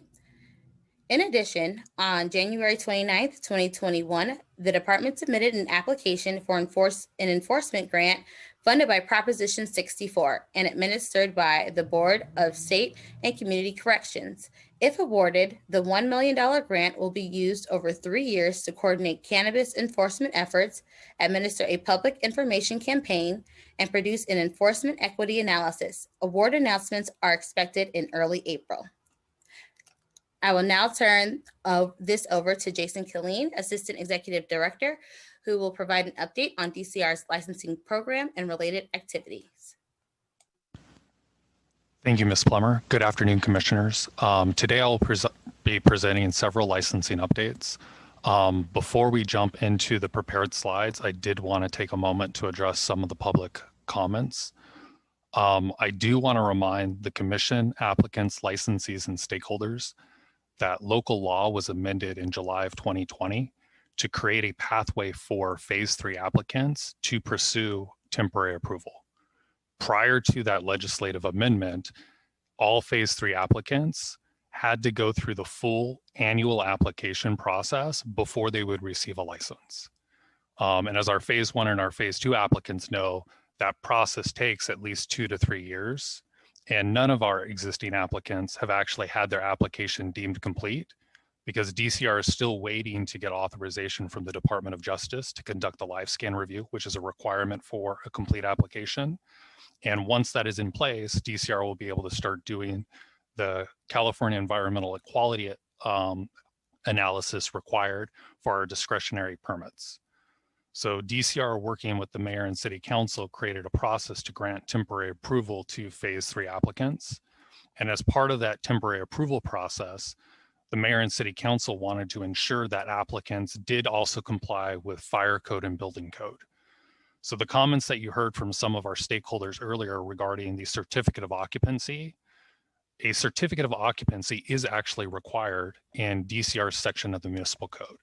Pursuant to LMC 10406D, temporary approval authorizes the applicant to conduct commercial cannabis activities, but does not waive or otherwise circumvent other city requirements or necessary permits from city or other public agencies, including but not limited to a certificate of occupancy, public health permit from the County of Los Angeles, or authorization from the state. Building and Safety enforces the building code, and the fire department enforces the fire code. Both of those agencies do require a valid certificate of occupancy for businesses to move through their permitting processes.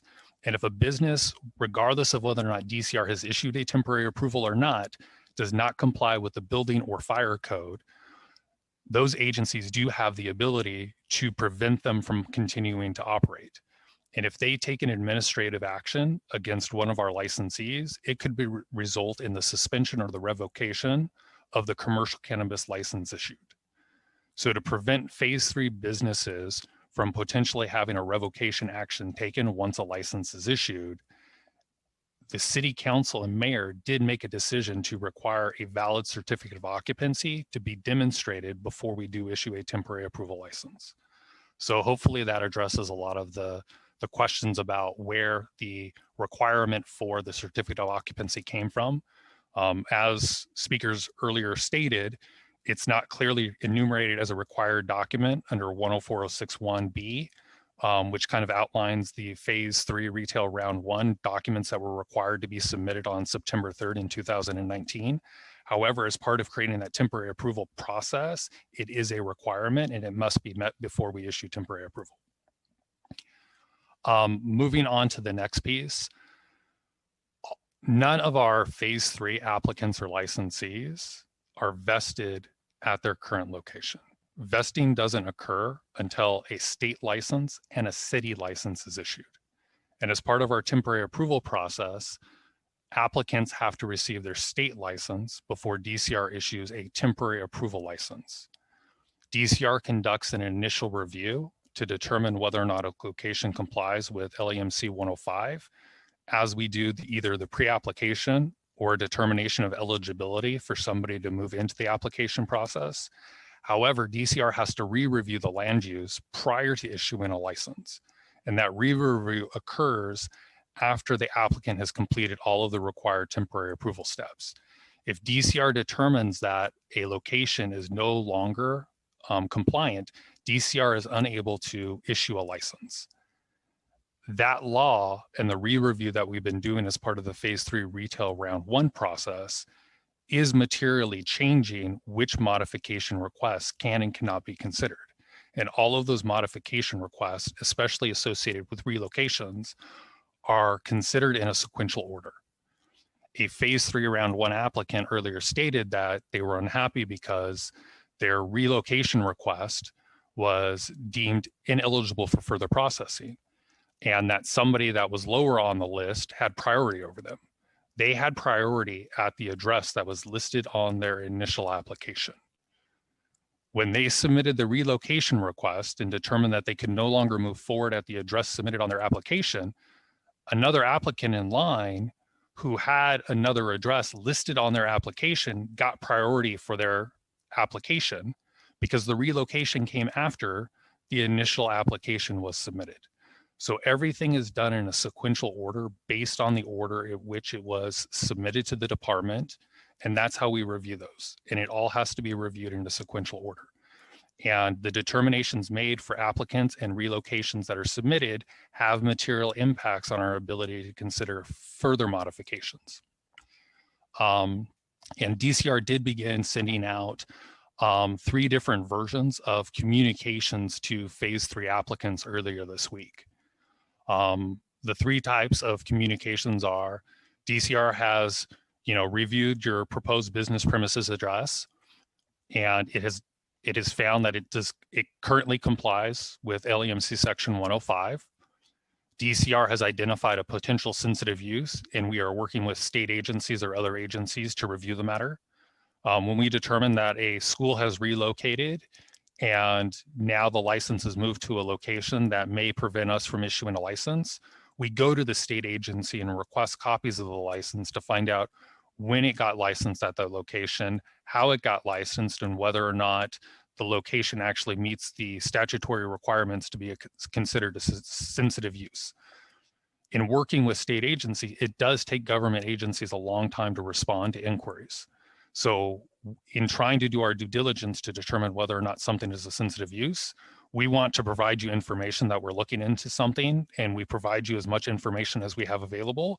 But until we can clearly determine whether or not something is considered a sensitive use or it's not considered a sensitive use, we will not give you a final determination on your initial business premises address or your modification to relocate address. And then, of course, the third type of communication is DCR has determined that there is a sensitive use. within either 600 feet or 700 feet, and that will preclude DCR from issuing a temporary approval license at the location.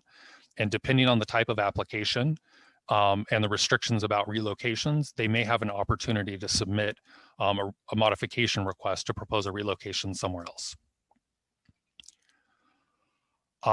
Another thing I want to highlight is, some of the speakers talked about the flexibility the state has.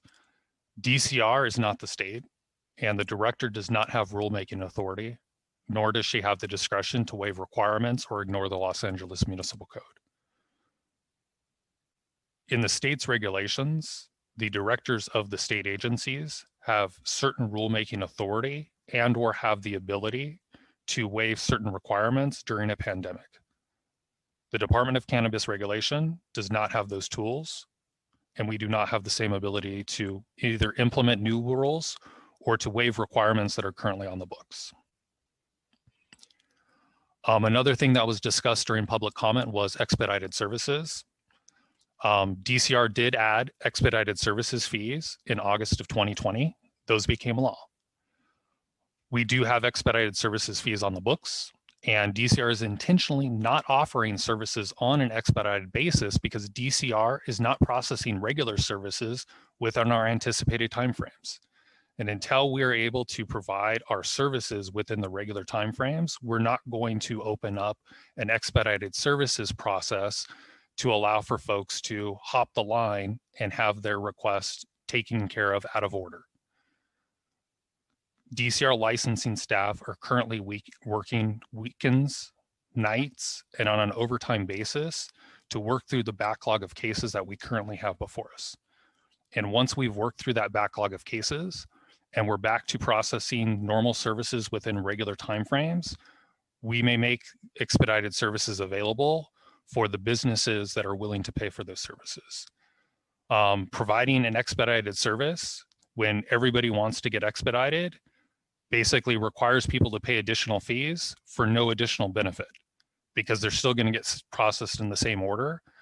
And we've seen that with the other agencies where once an expedited services fee is provided, 75, 80% of their applicants pay the expedited services fee.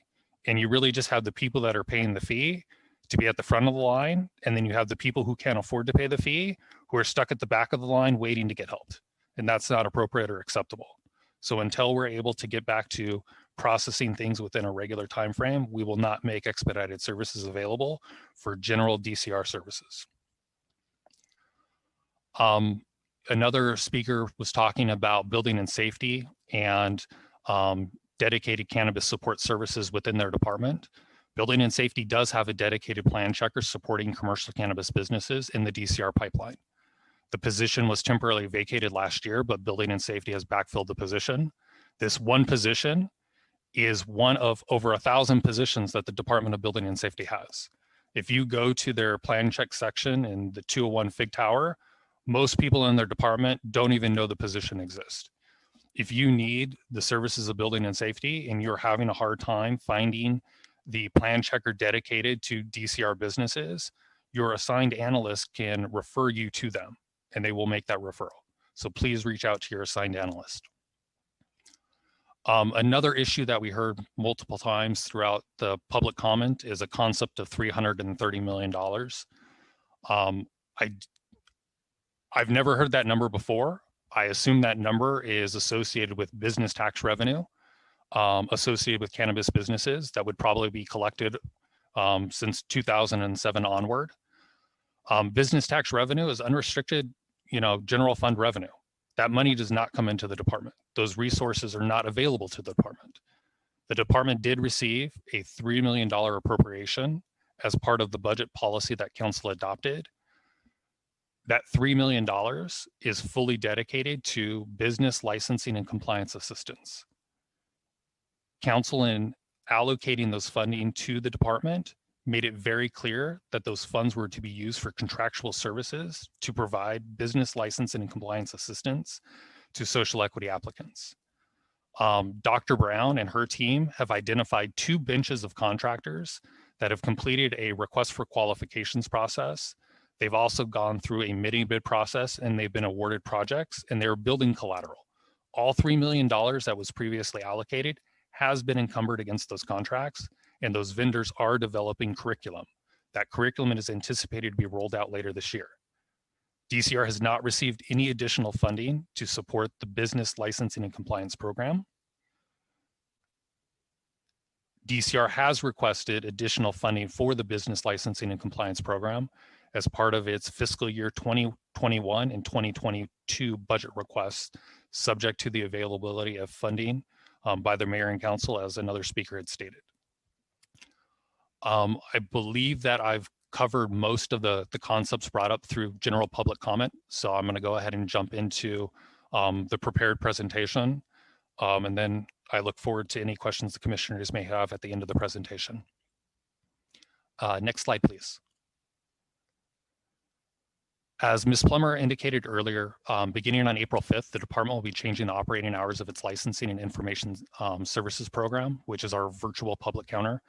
Currently, the virtual public counter is open Monday through Friday from 10 a.m. to 3 p.m. And is available for 25 hours per week. We will be changing the virtual public counter hours so that it's now available Monday through Thursday from 10 a.m. to 4 p.m. and it will be closed on Fridays. Effectively, it'll be open for the same amount of time, 24 hours versus 25 hours previously. But by closing on Fridays, that gives the licensing team a dedicated day to follow with their applicants and licensees schedule virtual inspections without having to worry that they're going to get pulled to cover phone calls or email requests coming in. So we did want to make it clear that processing applications and licenses is a priority for the department. And we wanted to make sure that we had at least one day a week where all licensing staff were dedicated to getting caught up on their caseloads, reaching back out to their applicants and following up with inspections and moving applications and licenses forward. Our virtual public counter includes the operation of DCR's general phone lines and email systems. So on Fridays, DCR will not be answering phone lines and will not be responding to general incoming emails. DCR staff will still be working on and actively monitoring their personal email accounts and responding to and interacting with applicants and licensees that they're assigned to. In order to allocate licensing staff to licensing related functions, staff members that are unavailable at the time a call is placed will no longer be routed to other staff members working on applications and licenses. Folks that are calling the department will need to leave a message, and DCR staff will respond to messages within 3 business days, provided somebody leaves their full name, their phone number, and the reason for the call. We're making these operational changes again in order to dedicate more staff time to the license application process. And hopefully that will allow us to start processing these applications a little bit more quickly. Another thing that we want to remind folks of is DCR provides services after records are successfully submitted and all applicable fees are paid. That is when something is deemed filed. Unless an eligibility determination is required by law prior to invoicing, DCR is not going to provide feedback and or review a record until it has been deemed filed. We have a number of people who are continuing to email and call the department in order to get feedback on proposed business locations, modification requests, and other things that are not filed. DCR will continue to refer you to the appropriate process, and you will not get feedback on your question until you file the necessary record and you pay the applicable fees. For example, we have a number of people who file modification requests and then immediately try to contact the department to get an update on their modification request. If the fees haven't been paid, that modification request is not in our workflow, and we're not even going to work on it. Once the applicable fees are paid, that's when the request moves into the DCR processing workflow.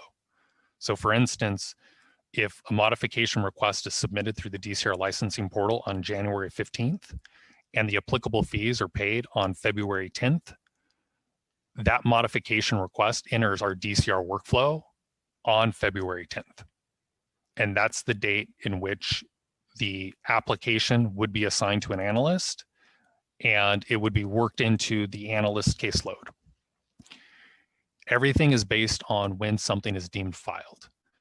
Just because something was submitted through the portal on the 15th doesn't mean that you're going to get to hop the line and go back in time 25 days and get in front of people who had paid their fees before February 10th. When DCR responds to people and when we provide processing timelines, it's from the time that something is deemed filed. So when we're calculating the duration of time a request has been in the DCR workflow and what our turnaround times are, it will always be from the time it was deemed filed and when it was paid. So using the example I mentioned earlier, if a modification request was submitted on January 15th and it was paid on February 10th, and we're talking about today, that modification request has been in DCR's workflow for 36 days. It hasn't been in the workflow for over 60 days because it was never in the workflow on January 15th. So hopefully that provides clarity to our applicants and stakeholders. Also, we've had a number of folks file multiple requests and pay a single fee. And when they get feedback on the request that was attached to that fee, they say, oh, that fee was intended to pay for this request. All of the fees are associated with a singular record, and the services provided are tied to that fee and that record. If you submit 5 modification requests and you pay 1 modification fee, you're going to get feedback on 1 modification request only. And if you choose to pay other modification fees, the invoice issued and the modification fee associated with it is tied to a specific request. So please make sure that if you're filing multiple modification fees and you don't intend to follow through on all of them, that you're only paying for the ones that you want to move forward with. Next slide, please. This is one of the biggest ones that we continue to remind folks about, is under the Los Angeles Municipal Code, an applicant does not vest at their proposed business premises location until both a state license and a city license are issued. If a commercial cannabis business has not received licenses from both the state and the city for their proposed location, the proposed business premises may still be found in violation of the distancing and sensitive use restrictions in LAMC Section 105. DCR cannot issue a license if a sensitive use is created prior to license issuance, in which case the applicant may be able to submit a business premises relocation request pursuant to LAMC Section 104.3E1. This section of the municipal code has been in effect since December 2017 and was enacted before DCR accepted its first application. That was not a change in law. That has always been the law.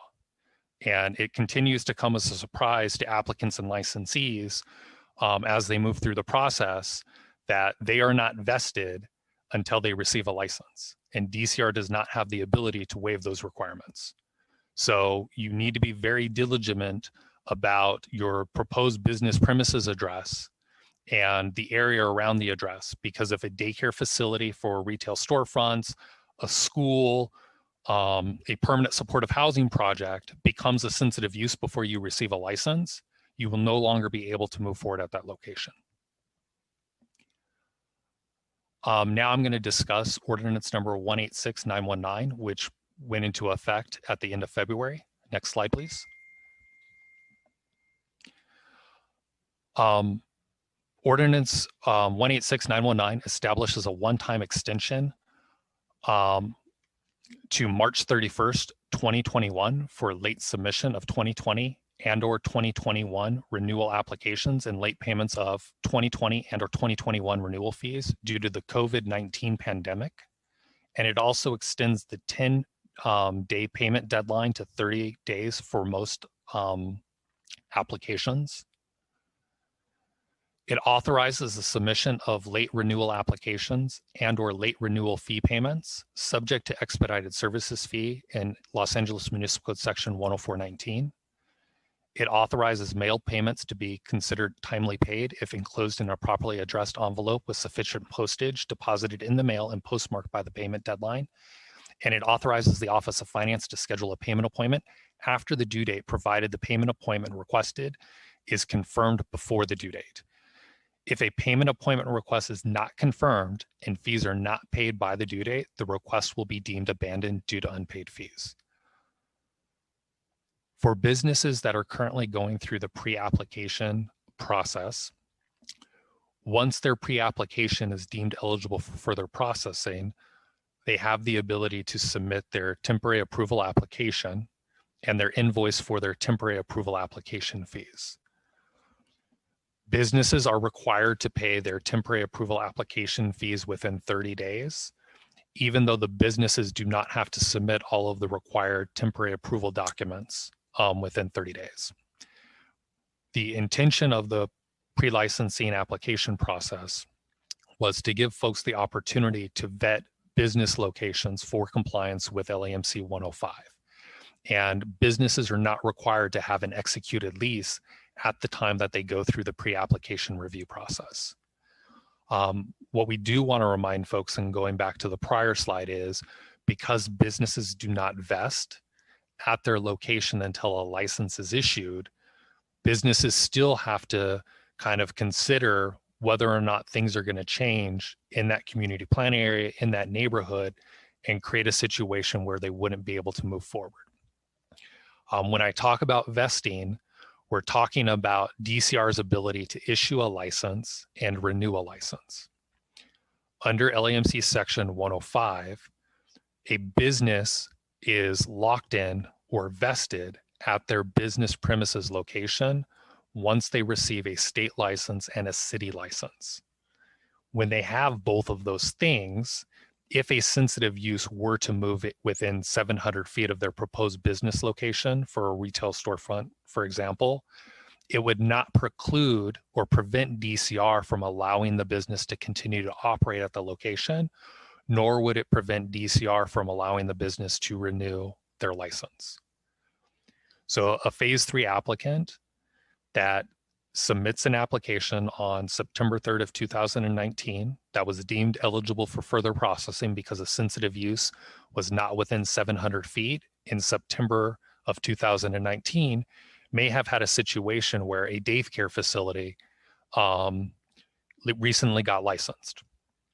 For instance, if the daycare facility got licensed in July of 2020, that business has not received a city or state license yet. That business is not going to be able to receive a license because their business premise is no longer compliant with LAMC section 105. The amendments that were adopted into the law last July create pathways for people to submit modification requests in the hopes that they can find a compliant location within their same community plan area for cultivation licenses and retail storefront licenses, or businesses that are pursuing non-volatile manufacturing or distribution or non-storefront delivery have the ability to move outside of their community plan area because those activities are not subject to a finding of undue concentration. There's not a limit of licenses that the DCR can issue in any given community plan area. So when we talk about vesting, it's really about DCR's ability to issue a license at a location, renew a license, and allow a business to continue to operate if a defined sensitive use does move within either a 600-foot buffer or 700-foot buffer of the business. And the director may have additional comments at the end of the presentation, or if the commissioner also have questions, I'd be happy to follow up in any questions at the end of the presentation. Next slide, please. Now I just want to give some licensing updates. To date, DCR has issued over 1,000 temporary approvals. The temporary approvals are, issued to businesses to allow them to engage in commercial cannabis activity. Over 400 businesses have one or more temporary approval licenses to operate within the city. DCR is currently processing more than 850 active application records. We have 188 phase 2 applications in our pipeline. We have 200 phase 3 retail round 1 applications in our pipeline. We have another 113 phase 3 social equity and general applications that have already gone through the pre-application review process and been deemed eligible for further processing in our pipeline. And we have an additional 350 pre-application records in our pipeline. DCR is processing over 275 modification requests currently. We have one licensing analyst who is handling all of the relocation modification requests. And then the assigned analyst is handling modification requests for ownership changes, adding and removing contacts, updates to premises diagrams, expansions of activities, withdrawals of activities, and all of the other types of requests. Our goal is to process as many of those modification requests by the end of this month, and we intend to have the backlog of cases processed by the end of April. Hopefully by the end of April, we move away from our current processing times and we start moving closer to what the processing times DCR wants to have on a go-forward basis. And I'll be sharing more information about processing times later in the presentation. DCR has also transmitted 38 public convenience and necessity requests to the City Council for further consideration. A breakdown of those PCN requests will be provided later in the presentation, and up to 15 additional PCN requests may still be transmitted upon payment of applicable fees. Next slide, please. Just some quick highlights for Phase 3 Retail Round 1. 60 businesses have uploaded one or more temporary approval documents. All 200 businesses will be required to submit all of the required temporary approval documents prior to receiving their notice of local compliance underway, which is a prerequisite for them to apply for their state licenses, which is ultimately a prerequisite to get temporary approval from the city. 36 of the 60 businesses have uploaded the minimum number of documents required, and they have received their notice of local compliance underway, and they have the authorization to request DCR inspections, submit their state applications, and their documents have been forwarded for equity share review. 26 of the 36 businesses have already scheduled an initial DCR inspection, and 12 of those 20 businesses have passed their initial DCR inspection. Of the 12 that have passed their DCR inspection, six of those businesses have also passed their fire inspection.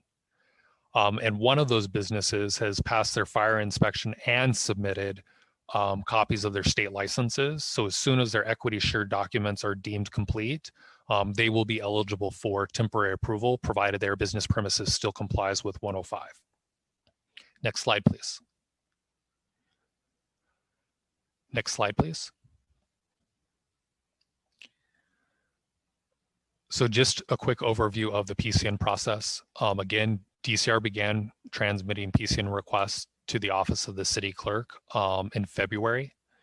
Thus far, we've transmitted 38 PCN requests. All transmitted requests have been referred to the Plum Committee by the City Clerk. Plum has not yet set a date for when they will begin considering these requests. The pending PCN requests by community plan areas, there's 22 requests for the Central City Community Plan Area, 4 requests for the Central City North Community Plan Area, 3 requests for the Harbor Gateway Community Plan Area, 5 requests for the Sherman Oaks Studio City Community Plan Area, 3 requests for the Sun Valley Community Plan Area, and 1 request for the Venice Community Plan Area. DCR reviews the PCN request form for completeness and verifies that the proposed business premises address is located in a community plan area subject to a finding of undue concentration. No additional review is conducted before the request is transmitted to the City Council for consideration. DCR has not done an in-depth review to determine whether or not any of those proposed business locations comply with LAMC Section 105. Next slide. Oh, we're on the slide already. Can we hop back to that slide for a second? Thank you. Notice of the public convenience or necessity application filing can be found on DCR's website, and the URL is provided in the presentation. Next slide, please. If you go to that URL, you'll actually see this table. It provides a breakdown of the applicant name, the application number, the proposed business premises address, the council district, the community plan area, the associated council file number, and the date that the request was transmitted to the Office of the City Clerk. I do recommend that PCN applicants, stakeholders, all go to the DCR website. There's a number of resources available on that webpage. Stakeholders have the ability to view the actual PCN request by going to the City Clerk website and accessing the council file. The website link also includes information on how stakeholders or the general public may submit additional comments or documents to the City Council pertaining to any particular request. Those requests are submitted through lacouncilcomment.com. Additional information such as the neighborhood council district, the local LAPD area station, and other geographic related information can be found on neighborhoodinfo.lacity.org by looking up the proposed business premises address. And then, of course, stakeholders, members of the public, the PCN applicant can always subscribe to the council file associated with the request by going to lacouncilfile.com. You'll have to input the council file number in the search field, and then you'll have the ability to open the council file number and click on the envelope with the icon to actually get email updates in case any additional information has been submitted to the council file. Next slide, please. Next, we're going to discuss application workflow and record statuses. We're going to start with PCN because any business that is subject to a finding of undue concentration has to go through the PCN workflow before DCR begins processing the application. DCR would only begin processing the application if the City Council makes the necessary PCN finding. The important things here are that once a PCN request has been filed and an invoice has been issued, the applicant has 30 days to pay the request. Upon payment, DCR has 30 days from the payment date to review the PCN request, and if eligible, transmit the PCN request to the City Council for further consideration. Once it's been transmitted to the Council, DCR does start to update information in the DCR licensing portal associated with the record. We will be adding the associated council file number. We'll be updating the status once we know that the file has actually been scheduled for a public hearing. As I mentioned earlier, none of the 38 have actually been scheduled for a public hearing yet, but they all have been referred to the Planning and Land Use Management Committee. I anticipate that the committee may begin to schedule sometime after mid-April, the first set of PCN requests. DCR does plan to provide a general overview of the PCN process and what's included in the process at the first meeting that the committee does decide to take up a PCN request. Once the request has been transmitted, the City Council has 90 days to consider the PCN request and make a finding of public convenience or necessity. If the requisite PCN finding is not made within 90 days, the PCN request is denied as a matter of law. So it never becomes an application in the DCR processing queue. If the necessary finding is made, they actually enter the pre-application review process. Next slide, please. So all applicants have to go through the pre-application review process. Currently, this process is taking up to 120 days from the date an invoice is paid.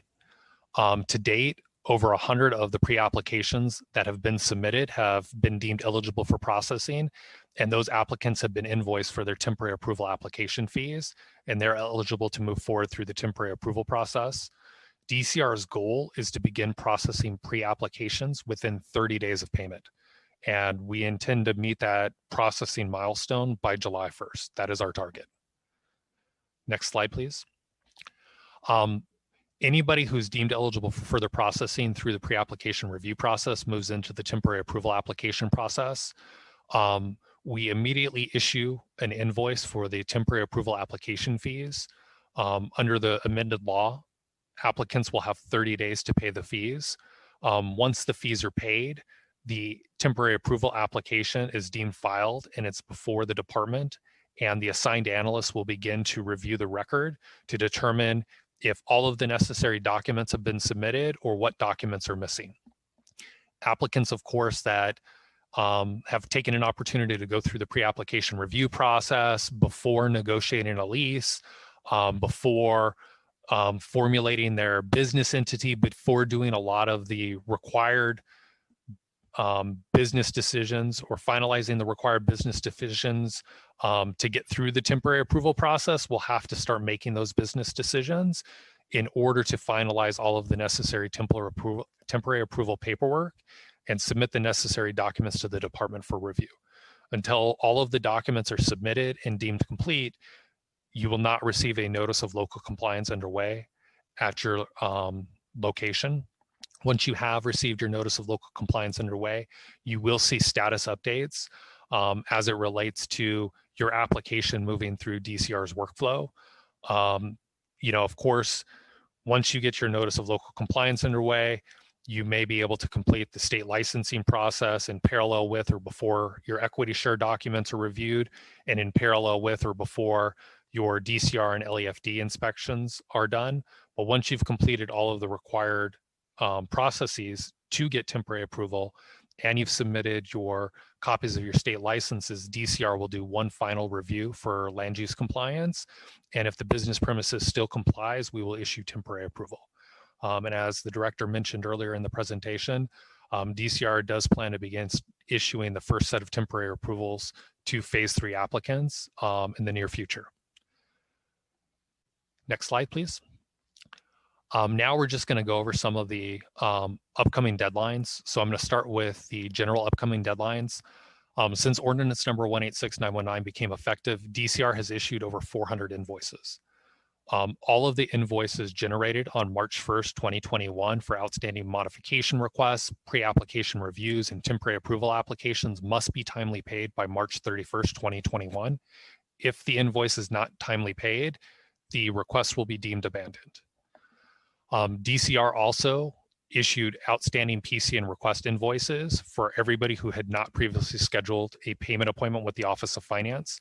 Those invoices were generated on February 24th and must be timely paid by March 26th. Any PCN request that is not paid by that date will be deemed abandoned. DCR plans to begin invoicing licensees for their annual application fees beginning in May 2001. So we will provide a more robust update at a later commission meeting, and then we will be sending out communications to applicants and licensees that have received temporary approval, what to look forward through as they start moving through the annual application process. And the businesses that are eligible to submit late 2020 and or 2021 temporary approval renewal applications must pay all outstanding fees and submit a 2021 temporary approval record through the DCR licensing portal by March 31st, 2021. Next slide, please. So now I'm just going to go a little deeper into the late renewal process.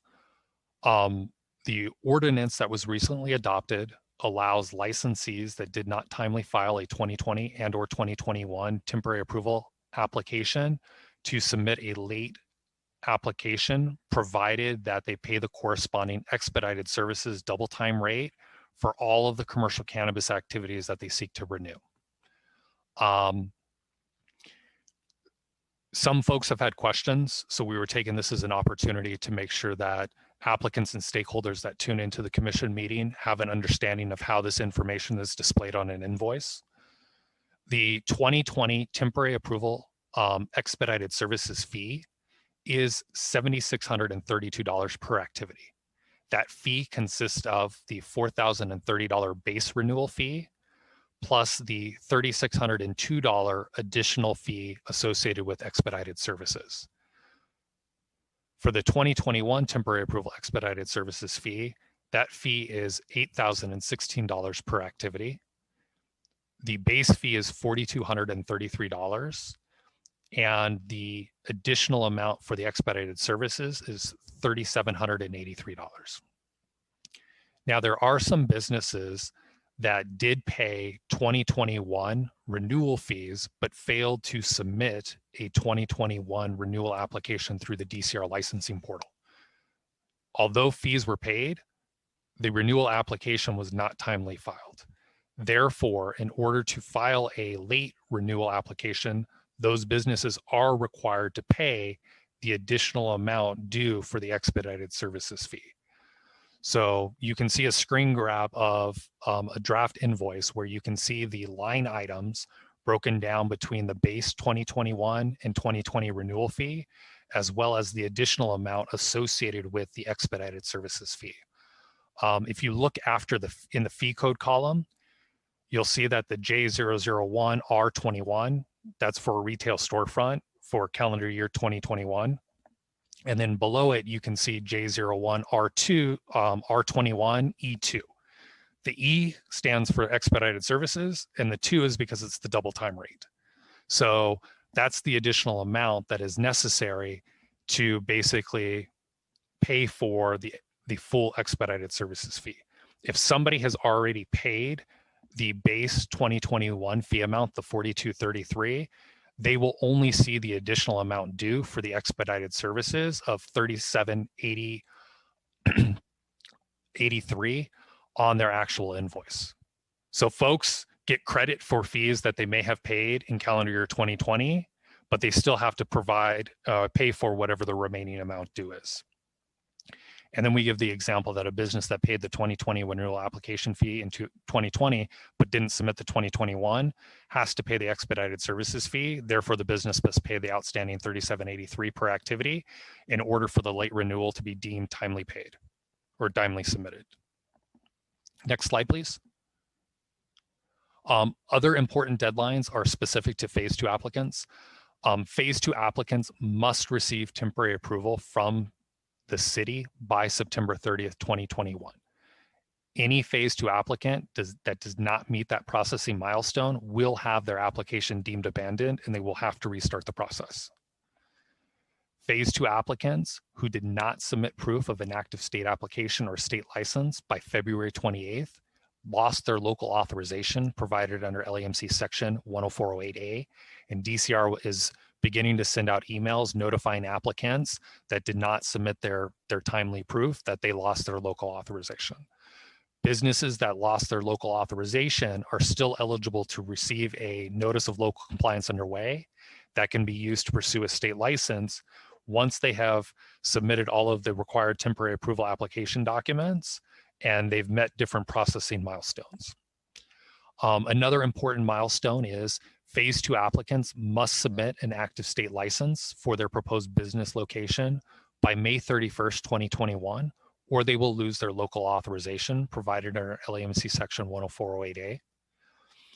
And then the final deadline before the final September 30th deadline is applicants who fail to receive their temporary approval by June 30th, 2021 will lose their local authorization provided under LAMC section 10408 after that deadline.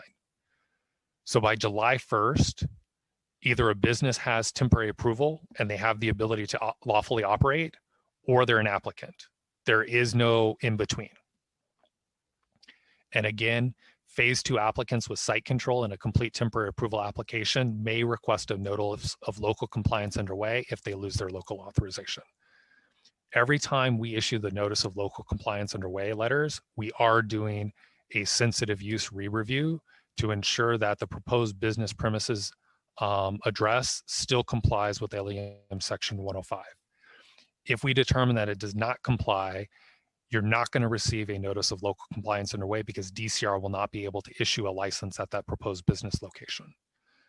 Only phase 1 businesses were exempted from the sensitive use review at the beginning of the process, provided that they were in compliance with Proposition D, and DCR determined that their application was eligible for further processing under Proposition M priority processing. That grandfathering and exemption does not apply to any other application group. And I know a couple of the speakers mentioned why phase 1 applicants were treated differently because the law as it applied to them was different. Phase 1 applicants had to prove that they were eligible for proposition and priority processing, which means that they met certain requirements and were operating under the rules allowed by the city before DCR was created and a formal regulated marketplace was created. So those businesses, in an attempt to make sure that they didn't have to shutter for months while they pursued a temporary approval application, they were granted temporary approval when they were deemed eligible for further processing under proposition and priority processing. All other applicants have had to go through this temporary approval process before receiving their temporary approval. So I hope that clarifies things for our applicants and our stakeholders. Next slide, please. So now I'm going to turn over the presentation to our Social Equity Program Director, Dr. Imani Brown, and she will provide a summary of the Social Equity Program related activities since the last commission meeting. Thank you, Dr. Brown. Thank you, Mr. Killeen, and good afternoon, commissioners. I hope that everyone is well.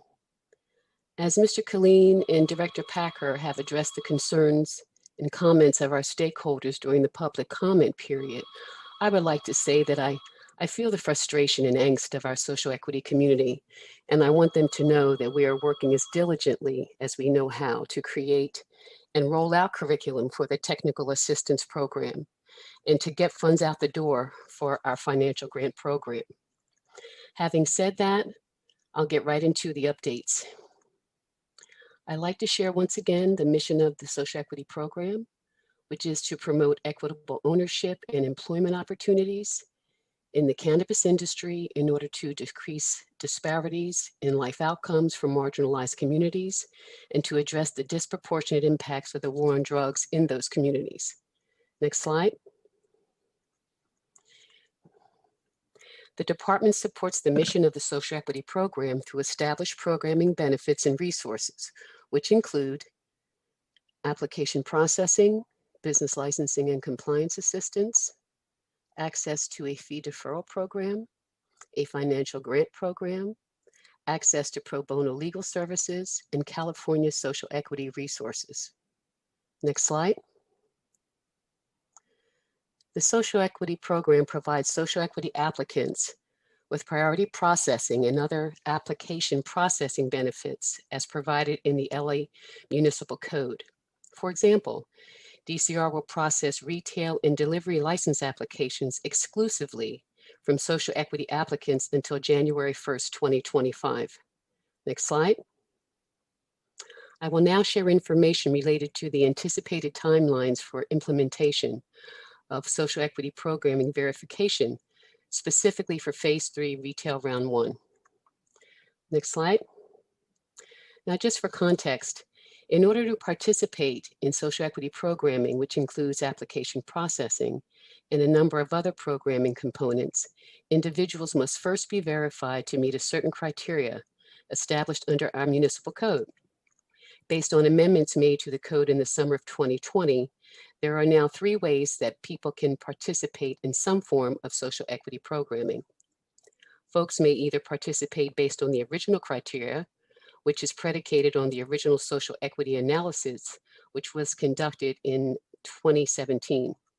As a reminder, the original eligibility criteria made reference to different tiers, tiers 1, tier 2, and tier 3 applicants.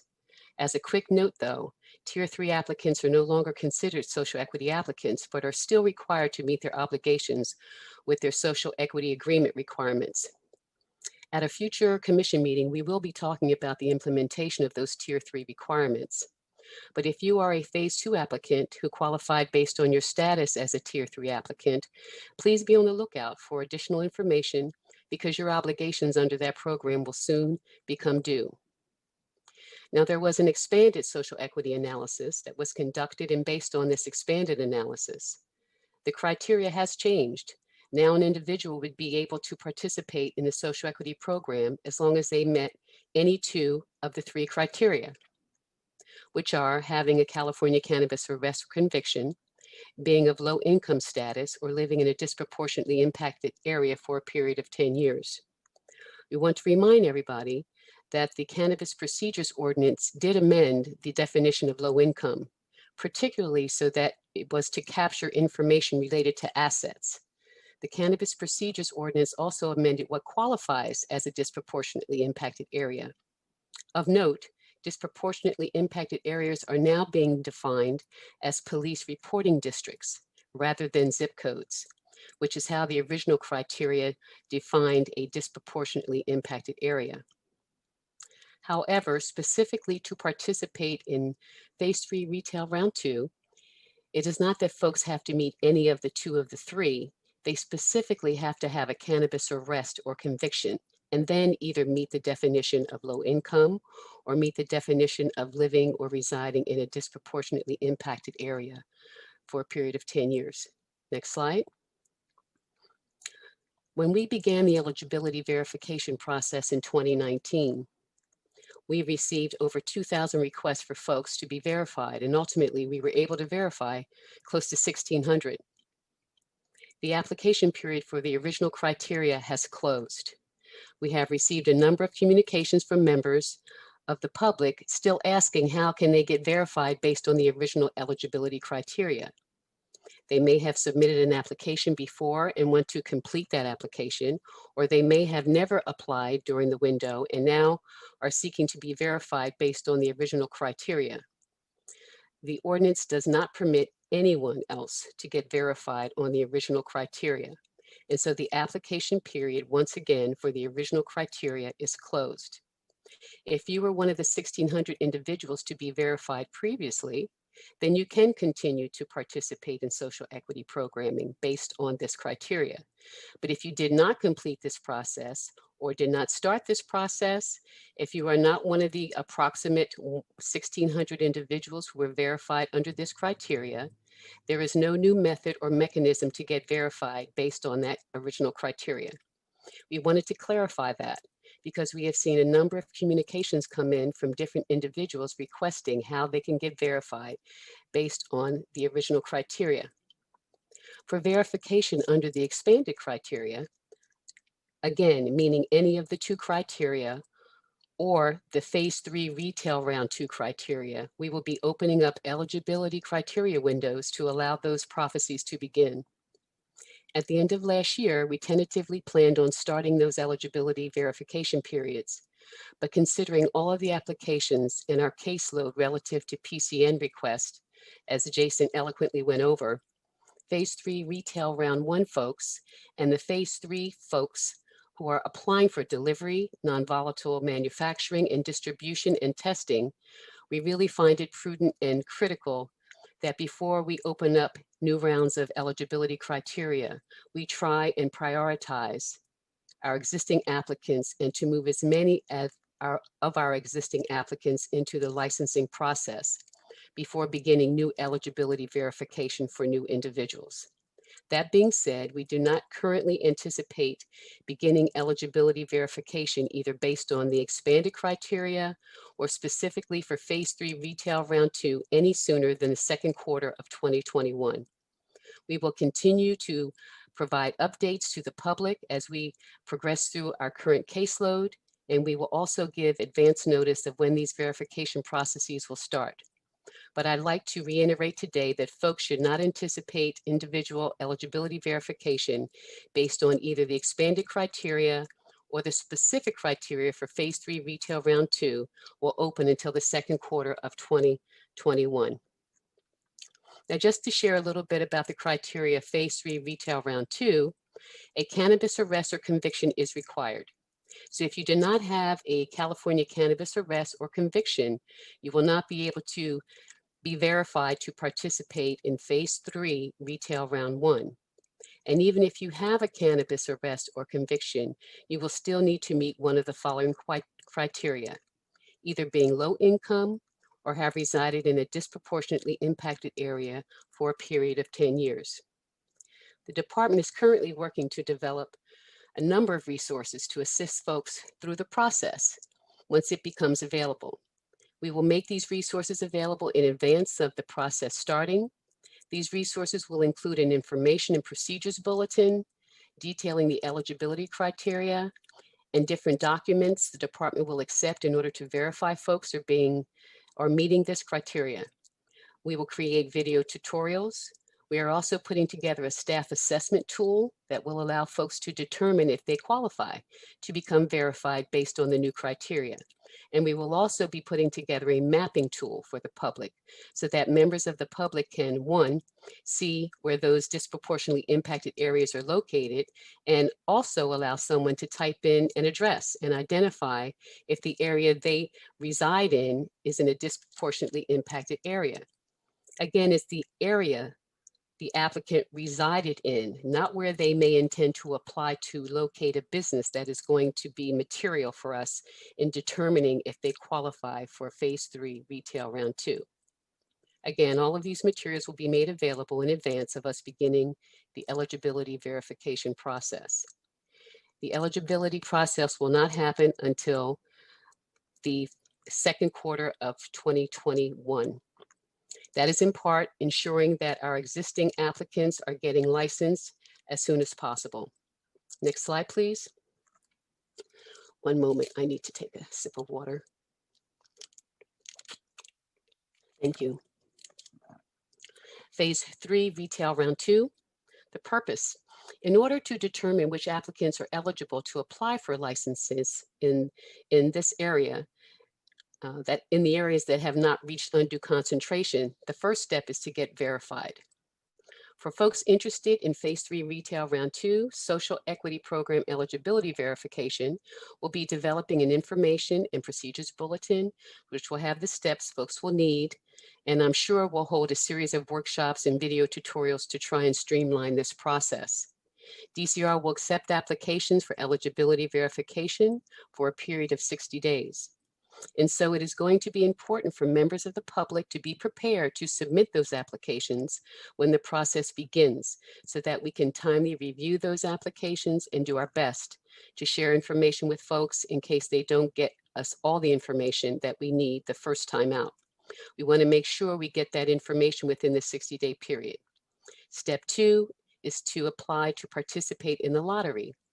Once we determine a group of applicants who are verified to participate, applicants will need to apply for the lottery. We're anticipating it to be a very simple application process. There aren't any specific requirements in the code, so essentially we need folks to verify that, yes, I'm verified, and yes, I want to participate in the lottery. Then DCR would administer Phase 3, Round 2 through the lottery. Step 3, DCR will administer Phase 3 Retail Round 2 via an application lottery no sooner than the third quarter of 2021. Because there's 60 days for the verification eligibility process, folks should not anticipate for the lottery to take place any sooner than the third quarter of 2021. Step 4, social equity applicants selected during the application lottery shall be afforded 1 year to find a compliant property in any community plan area that has not reached undue concentration. In other words, individuals who are selected via the lottery, the ordinance would allow a year. And I imagine based on undue concentration levels, we'll see approximately 125 social equity applicants that we'll be able to identify through the lottery. These individuals will be afforded a year to come back to the department with a compliant property in any community plan area that has not reached undue concentration. Now, we have pushed to have a process that didn't require property up front, similar to Phase 3 Retail Round 1 requirements. I'm happy to articulate that that process will not be required in Phase 3 Retail Round 2. So we will be able to determine applicants eligible, and those applicants will be given a period of time, a year, to come back to the department with a compliant property and a complete application. Again, we are sharing this information so that folks are aware of what this criteria and anticipated process is, because stakeholders continue to reach out with questions, but we are focusing on making progress regarding Phase 3 Retail Round 1 before moving on to Phase 3 Retail Round 2. Next slide, please. Some updates on our social equity program. Now, DCR continues to develop and improving our programming to accomplish our mission. And in 2019, DCR was allocated $5 million from the city's general fund for the use of the department for the social equity program and related outreach initiatives. Now, that $5 million consisted of $3 million for business licensing and compliance assistance, $1.1 million for education and outreach, $750K for a fee deferral program, $150K for an expanded social equity criteria analysis, which is completed, and California Equity Grant resources. Now, accompanying these resources, the department has worked to secure additional grant funding from the state of California. Next slide. DCR submitted a periodic report to the Bureau of Cannabis Control and the Governor's Office of Business and Economic Development in accordance with the terms of the California Cannabis Equity Grant Program for local jurisdiction. A third periodic report will be submitted to GoBiz on March 31st, 2021. These reports are all in compliance with the grant agreement that we are obligated to comply with. In October of 2019, the first California Equity Grant, or CEG award, was announced. The city was awarded approximately $1.8 million from this grant, which will be used for a financial grant program. In August of 2020, the second CEG award was received in the amount of $6,042,000. The city has dedicated $6 million from these grants, which will be used for the financial grant program. With the resources from the city and state, DCR will be better positioned to support the social equity program's resources and benefits programming initiative. Next slide. Continuing with the California Local Equity Grant and the Cannabis Equity Grant Program for local jurisdictions, I'm happy to announce that on March 1st, GoBiz notified DCR that it will be awarded $2,030,997 in grant funding from the Governor's Office of Business and Economic Development for the 2021 Cannabis Equity Grants Program for local jurisdiction. GoBiz released this information to the public this week. All accepted grant agreements must be signed by May 14th, 2021. DCR has published an official announcement, which can be found on our website. And just another side note to remind folks that 80% of all grant funding will go towards direct funding to social equity applicants who meet certain criteria. Next slide. Some activities about our business licensing and compliance assistance program. Since the allocation of funding some 20 months ago, the department released 2 RFQs, or requests for qualifications, seeking vendors to develop and implement business licensing and compliance assistance. DCR has met with the selected 5 firms from those 2 benches and has had follow-up one-on-one meetings with each consultant to develop tasks, deliverables for programming curriculum. DCR will issue notices to proceed in March and April.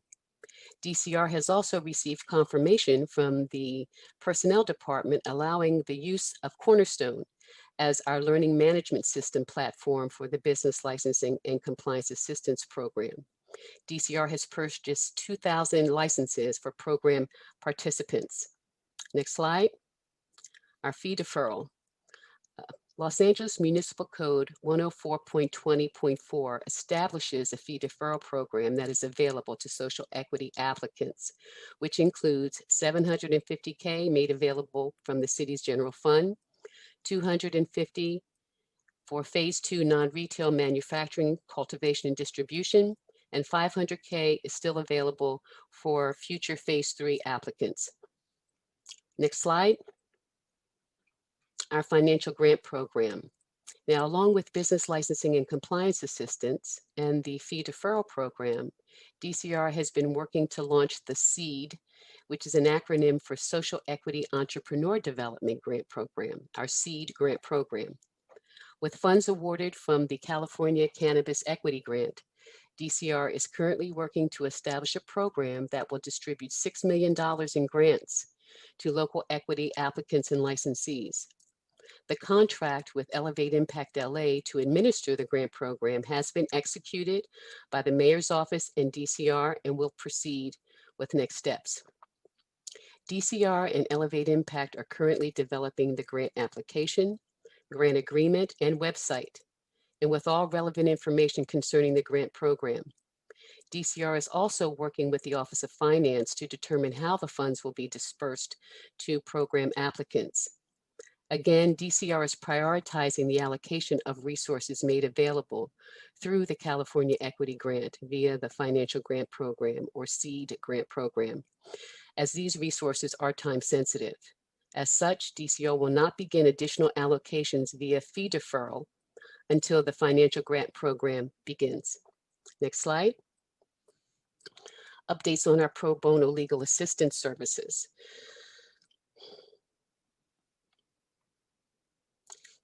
The LA County Bar Association has officially launched the program and has begun matching qualified social equity applicants with the pro bono legal panel. DCR sent 3 communications with instructions on how to submit the pro bono legal services survey, along with the legal services authorization agreement for Phase 3 Retail Round 1 social equity individual applicants who have been deemed eligible for further processing and who are interested in receiving limited pro bono legal services. The most recent communication was sent on Thursday, March 11th, 2021. This referral service is available only to social equity applicants who applied in Phase 3 Retail Round 1 and who were determined eligible for further processing. Now, depending on demand and availability, these services may be expanded to other applicants in the future. The goals of this referral service is to promote fair and equitable participation in the licensed commercial cannabis industry and to foster a level playing field as it relates to access to legal counsel and help deter predatory practices targeting the social equity community. This is an excellent opportunity for applicants to connect with attorneys about their legal needs. Now, please check your emails or contact your designated analyst if you have questions. Next slide. I'd last like to share resources provided by the state of California for equity applicants. Now, the Bureau of Cannabis Control has an equity unit. Additional BCC equity unit contact information and information regarding resources made available to social equity applicants can be found on DCR's website under the Social Equity Program. We encourage our social equity applicants to contact the BCC equity unit for additional information and resources regarding state licensing. That concludes my updates, and I'll turn it back over to Director Packer. Thank you. Thank you, Dr. Brown. And thank you, Assistant General Manager Jason Colleen and Raina Plummer for your contributions to this Executive Director's Report. This concludes today's Executive Director's Report. Thank you, Ms. Packer. I want to once again commend you and the rest of the staff for another robust presentation filled with a lot of updates. I think it addressed many of the questions that I had. I also want to thank you all for addressing some of the concerns that were laid out and expressed from the callers early during the public comment period. I did receive a few suggestions from folks that wanted to move the comment period after the presentation, after the staff presentation, in order to address our report. But I think it makes more sense the other way around. This way we can keep track of the comments that are coming in, and then we can address those comments directly in the same session. So I think we're going to continue to keep the order of the agenda in this fashion. Now, at this time, I want to open up the floor to deliberations and questions from my fellow commissioners. We have Commissioner Naro. Go ahead, sir. Yes, thank you so much. I first want to thank everyone for these great presentations. I know they take a long time, but they're very detailed. And what I appreciate too is you respond to the public comments in your presentations, because I think that if there's one thing I'm grateful for this department and actually and my fellow commissioners is we do listen and we do respond. And I don't know if that's the case for every city department and the other commissions, but I do know that's the case for us. And I really do appreciate the attempt to respond. And I know, things are tough. The pandemic, life is hard for many residents of Los Angeles. And I think a lot of that gets also integrated into the process of us moving forward. It's ambitious policy and the licensing policies. But I do want to, thank everyone, because I see them every time we meet. There's renewed efforts to reach out, to provide community and public education, and to really answer the questions of the stakeholders. We can always try to do better in a lot of areas, but I really do see the strong commitment to try to improve and to address all the questions that have been coming up. So thank you, everyone. Thank you. We have Commissioner Villa. Thank you. I have a couple of questions. One of the speakers in the comment period raised the issue related to accepting the California Cannabis Equity Grants. And I know in the past that that's something the city council has to do and that it took a long time to do it, especially with the first one. I just want to be sure that with the second one, that it has already happened, that process has already happened. And then I'd like to know what the timeline is for us making a request to city council to get the one for 2021 done.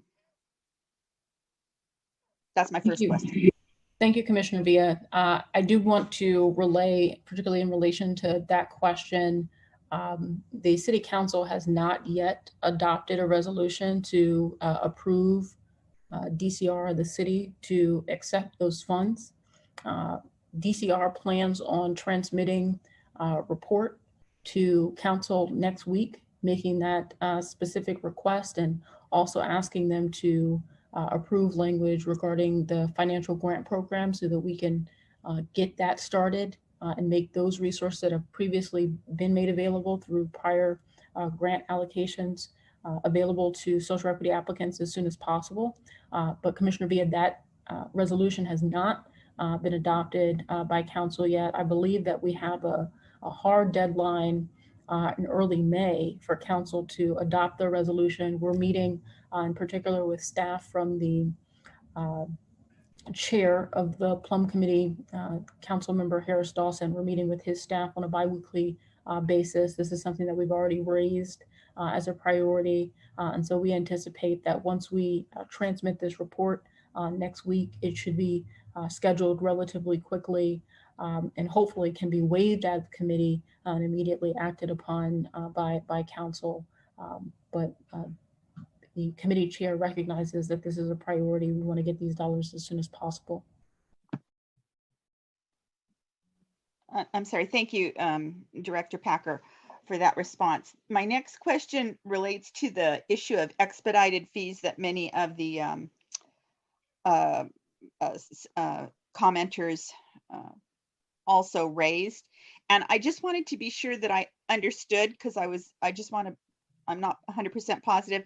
When we refer to expedited fees, we're just talking, those fees only relate to those applicants that did not timely file, and therefore they need to pay an expedited fee to get their application to move forward. And there isn't some other form of expedited fee just to get your stuff moved ahead of somebody else's.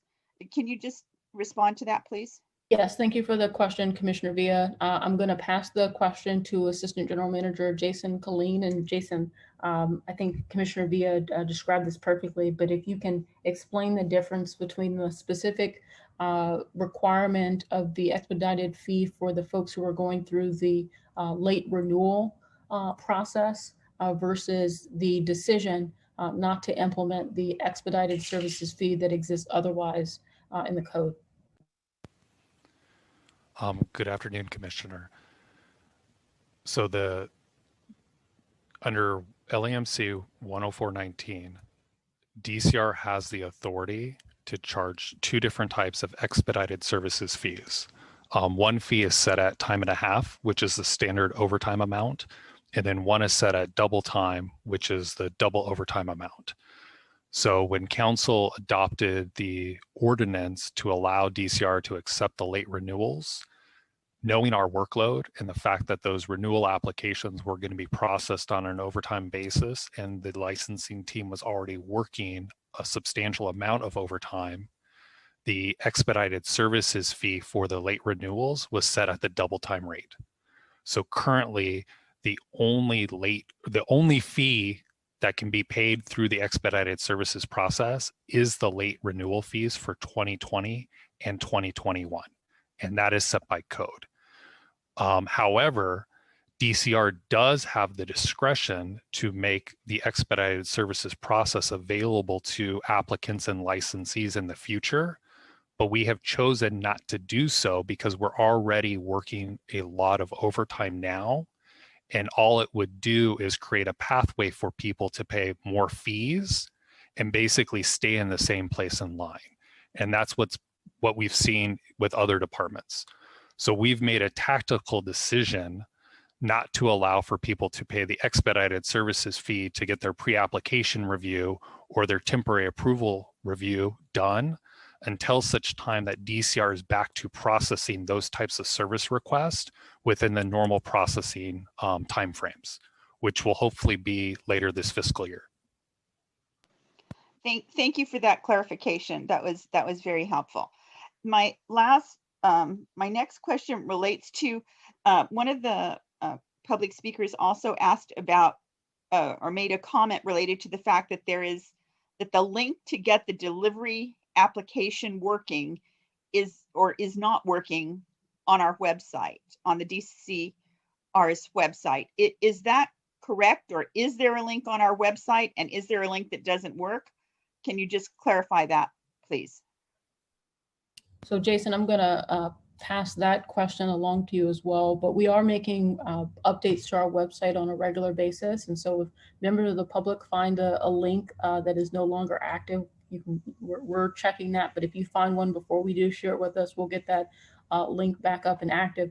But all of our applications come through the licensing portal. Jason, I don't know if you have any, and there's one link to the application portal. You may be able to find it in different places. But Jason, if you have any more information to provide, please feel free to do so. Yeah, anytime somebody comes across a broken link or it doesn't take them where they anticipate it should take them, I recommend that they email cannabis@lacity.org and just, flag the link so that we can take a look at it. There could be a couple of different reasons why a link may no longer work. The Office of the City Clerk, of course, is updating their council file management system. So things that point to that council file management system, there may be URLs that get updated. So those dedicated links will no longer work. The department has also pushed videos to YouTube and other media rendering services that are embedded on our website. And, if we are to re-render a video to add subtitles or do something else, sometimes the URLs will change, and then we need to change them in multiple locations. So kind of without knowing if there is a broken link and we're made aware of it, we will get it fixed as soon as possible. Thank you very much for that response as well. Then my next comment that I'd like to make is I want to just express my appreciation to Dr. Brown for all that she's doing to expedite the social equity process. This has been an area that's been very important to me from the beginning, and it seems that we're actually getting close now. If I understood from Jason's report that we actually have one social applicant that may get temporary approval soon. So yay for the one.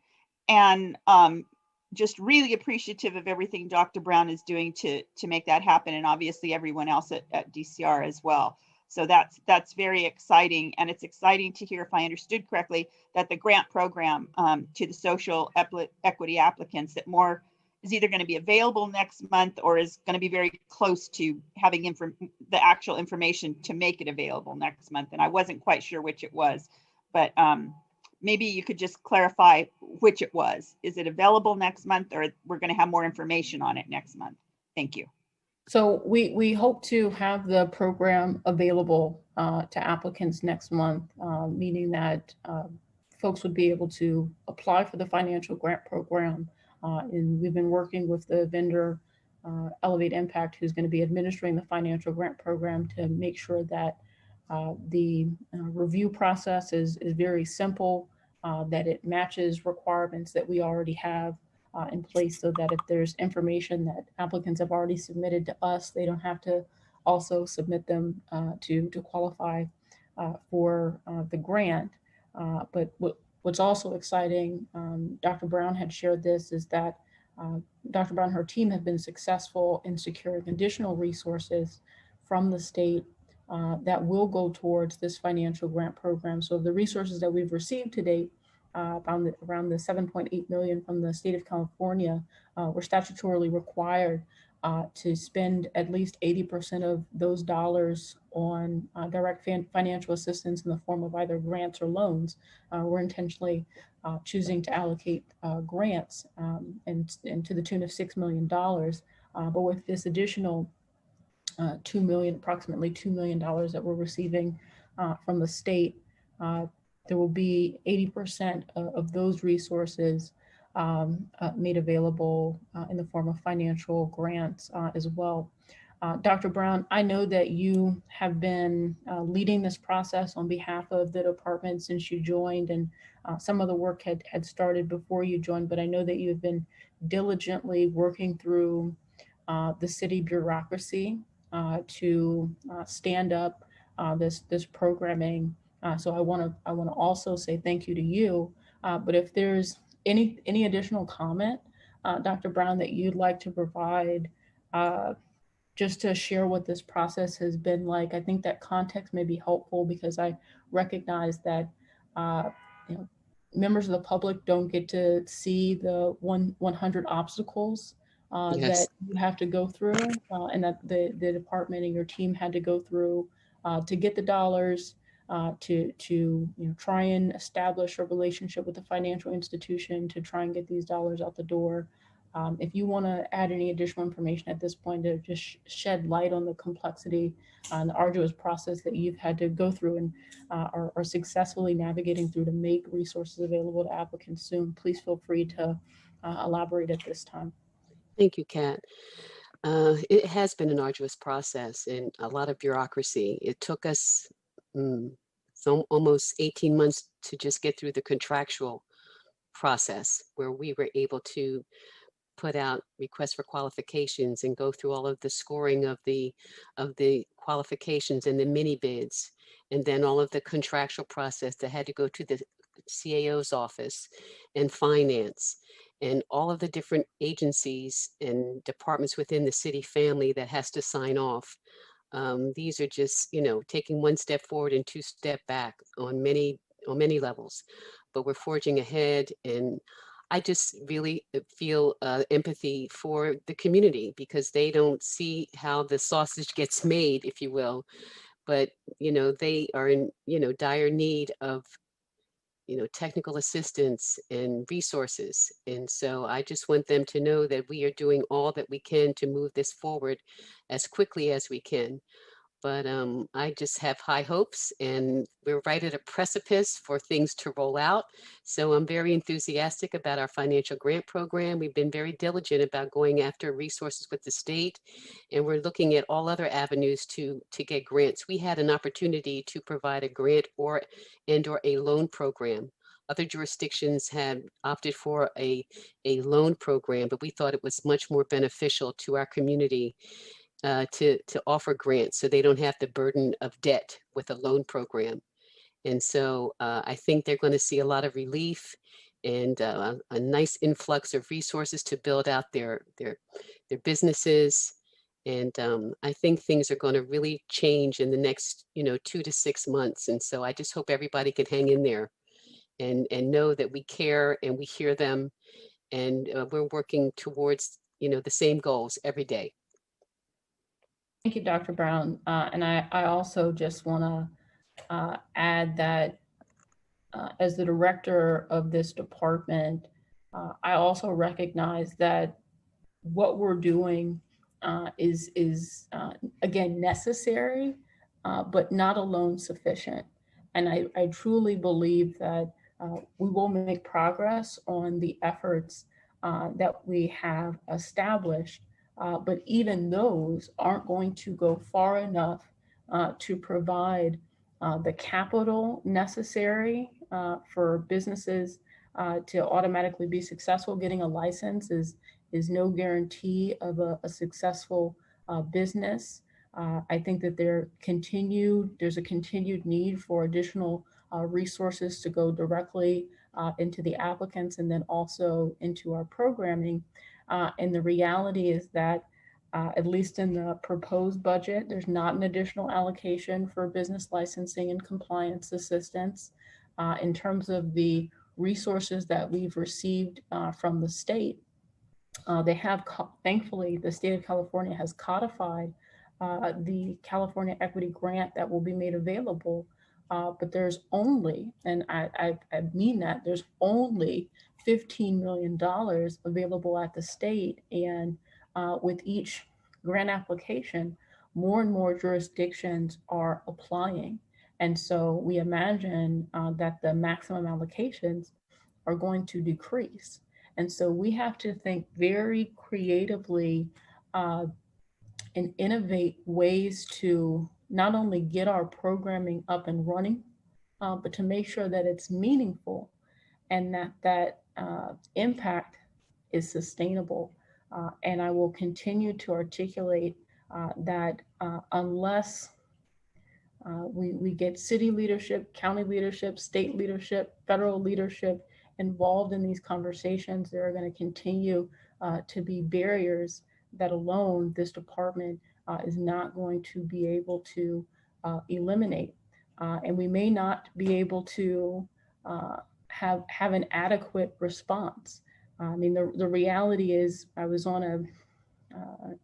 a virtual call with folks who are articulating that each individual applicant needs hundreds of thousands of dollars to sustain our programs. And even with the resources that are made available, we don't have the resources today to do that work. And if that's what it's going to take for folks to be successful, we are going to have to dig deep to collaborate, to bring leadership at all levels to the table, and to really articulate that despite the intentions of these programs, if they do not have the appropriate administrative support, if we don't consider the impact of prioritizing existing medical operators, of prioritizing legacy operators, of making sure that we have programming in place before we start application periods, we're going to continue to replicate insufficient programs. And we recognize that that's not acceptable. And so I think that, this year, particularly coming out of this crisis, we need to work more aggressively together, this commission, the department, and the public collaborating on how to move this process forward. And I think we are going to need those additional channels for input from stakeholders, and hopefully the channels that we're developing can do just that. But Dr. Brown, it's to say thank you, but also to tag other folks into this process. I'm sorry, please continue, Commissioner Villa. I just want to say one thing. I want to thank, Director Packer, because she is so supportive of all of the stops and starts and all of the, just so much that folks will never understand and have no clue of just all the, the devil's in the details. And, during this whole year-long stay-at-home order and the freeze on contracting, the freeze on hiring, we had to fight to keep the little budget that we have. We had to fight for that. And I just appreciate her leadership and her mentorship, and the city's lucky to have her. That's all I have to say. So thank you again, Kat, for your leadership with this program, and thank you to the commissioners for understanding and listening and being a partner in this initiative. So thank you.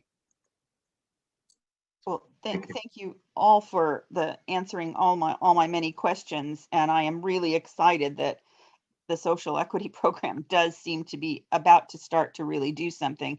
And I have a lot of faith in our social equity applicants that, if they're given a license, that they'll make their businesses work. And so I just think we have to just push forward on getting them licensed and letting them operate. So I think that, to the extent that you do that, and you've made rearrangements and schedules and things to accomplish that, I'm grateful to hear that all of that is happening. And I look forward to next month's update. Thank you very much. Thank you. Commissioner Villa, did you have anything else, or is that it? I think that's quite enough from me. Thank you. Good. You can take as much time as you want. Let's see, Commissioner Mercado, Vice President Mason. Did you guys want to Hey, chime in? hey, it's Commissioner Mercado. I would just echo what my fellow commissioners have said, that it takes a lot of work to be able to put these presentations together, and we appreciate the time and energy and the presentation and informing us to keep us up to date. So again, thank you to Kat, to Dr. Brown, the rest of the team, Jason, everybody. The presentations are always so concise. And one thing that I did notice, when you started, Kat, and I can appreciate it, is really, kind of responding to a lot of the public comments, just even not maybe directly, but even the tenor of the comments. And so I'm sure a lot of the people that were commenting appreciated. So thank you for that. I don't have any questions though. Great. Vice President Mason. Good evening now. And I want to commend the department for navigating the speed bumps, the roadblocks, the landmines that you've had to navigate thus far and arrive at the point that we are today. I've got a few things on my list here, and I'm gonna start off with some advocacy, if you will. This is one of the few revenue generating departments in the city, a lot of revenue. And so I'm struggling to understand what arguments have been made to carve this department out from the furlough so that you can get the staffing that you need to build the infrastructure. And I struggle with understanding that because when I place social equity in the fabric of social justice and the conversations that have been happening in this city and the meetings that the mayoral staff has had with African descendants of slaves and Black Lives Matter, and to still see a component of social equity that the city is able to implement being treated in the way that it is, it's a struggle for me to absorb. It is not social equity. It is not in sync with the other programs that the city is implementing. It's disrespectful. Bottom line, it's disrespectful. So when I add that to the service issues that I've heard since August of 2019, I understand that if this program were privatized, it would be shuttering its doors. If it were contracted out by the city would pull the contract. So help me understand why you guys aren't carved out from the furlough. Thank you, Vice President Mason. I'm going to hand things over to Jason to talk about the city's process and some of the decisions that have been made around the fiscal crisis. But I first just want to say thank you and stand with your advocacy and feeling as though there is a fundamental disconnect in the city, I think, in regards to its strategies around equity. And I feel as though folks don't understand sometimes what this is, what this means, why it's important, and why it has to be successful.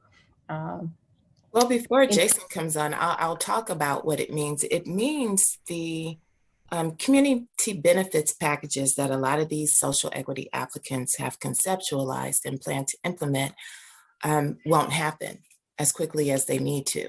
So it's not just about the creation of a business, it's also about the healing of a community. There's a little girl out there who is participating in an after-school program who's underfunded, so she can't get everything that she needs.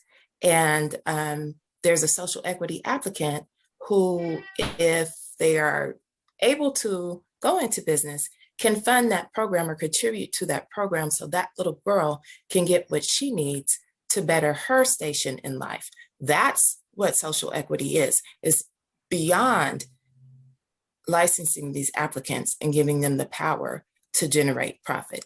It's about how that benefits the surrounding community. I completely agree. I think that we have a lot of work to do, both in the department and the commission, to raise this as a priority and issue with other members of the city leadership, and I look forward to working directly with you on that. And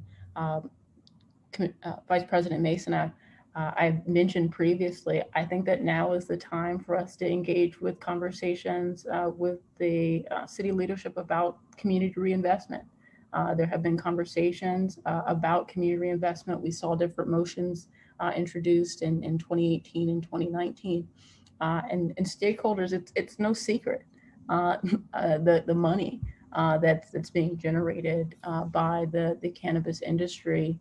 And I think that we have an opportunity and responsibility to put our money where our mouth is and to fund different initiatives that are doing the work of repairing the harms of the war on drugs. And I think that that is a direct investment in part into our licensing program and into these applicants, but also it goes far beyond that effort and initiative. And so I do want to, Jason, to be able to respond directly to your question, but I also just want to agree. I think folks are missing the mark. I think we're missing the mark. I think the city is missing the mark. They're kind of sitting on this opportunity for social justice and not recognizing that we've already made the commitment.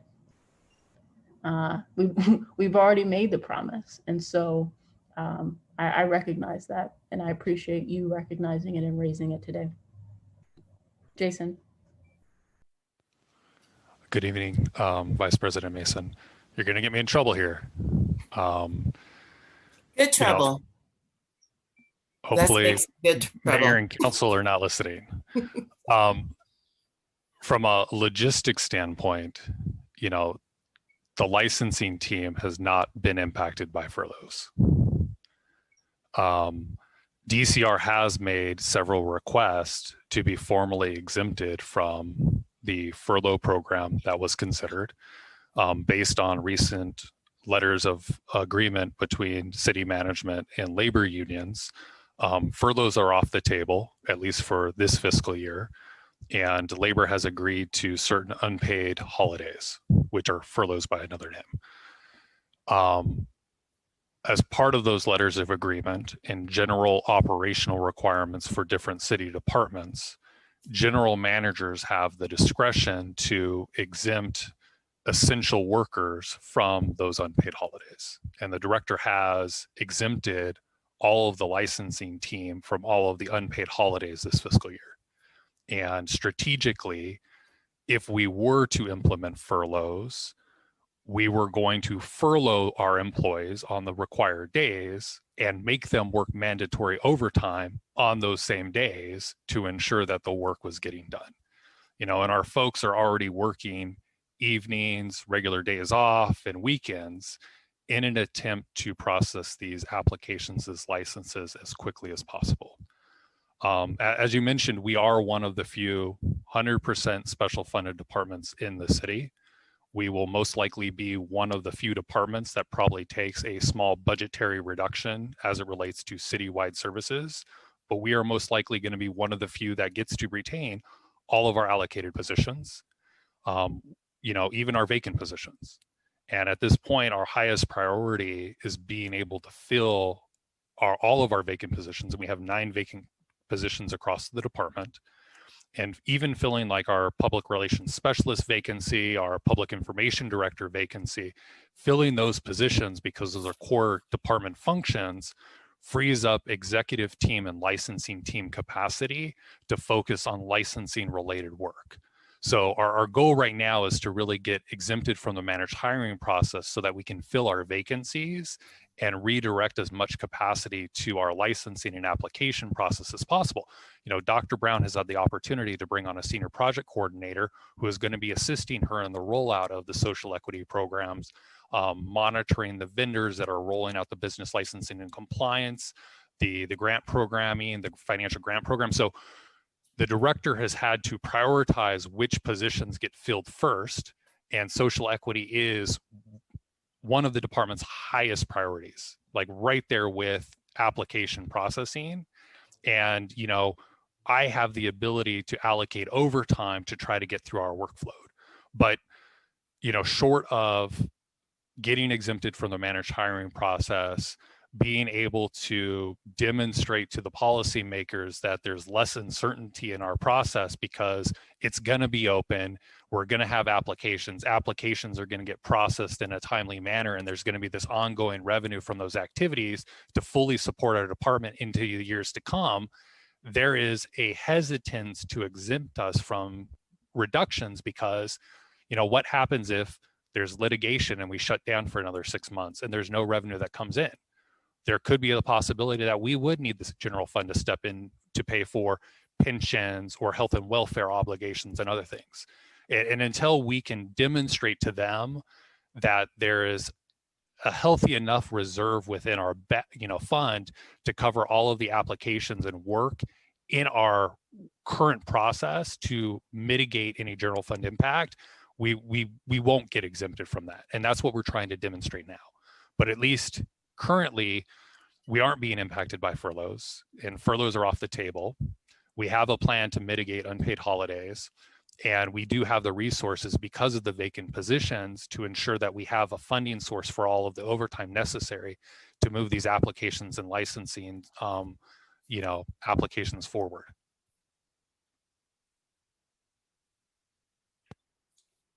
So then, this is Vice President Mason. So then the issue is the hiring freeze in terms of building the infrastructure.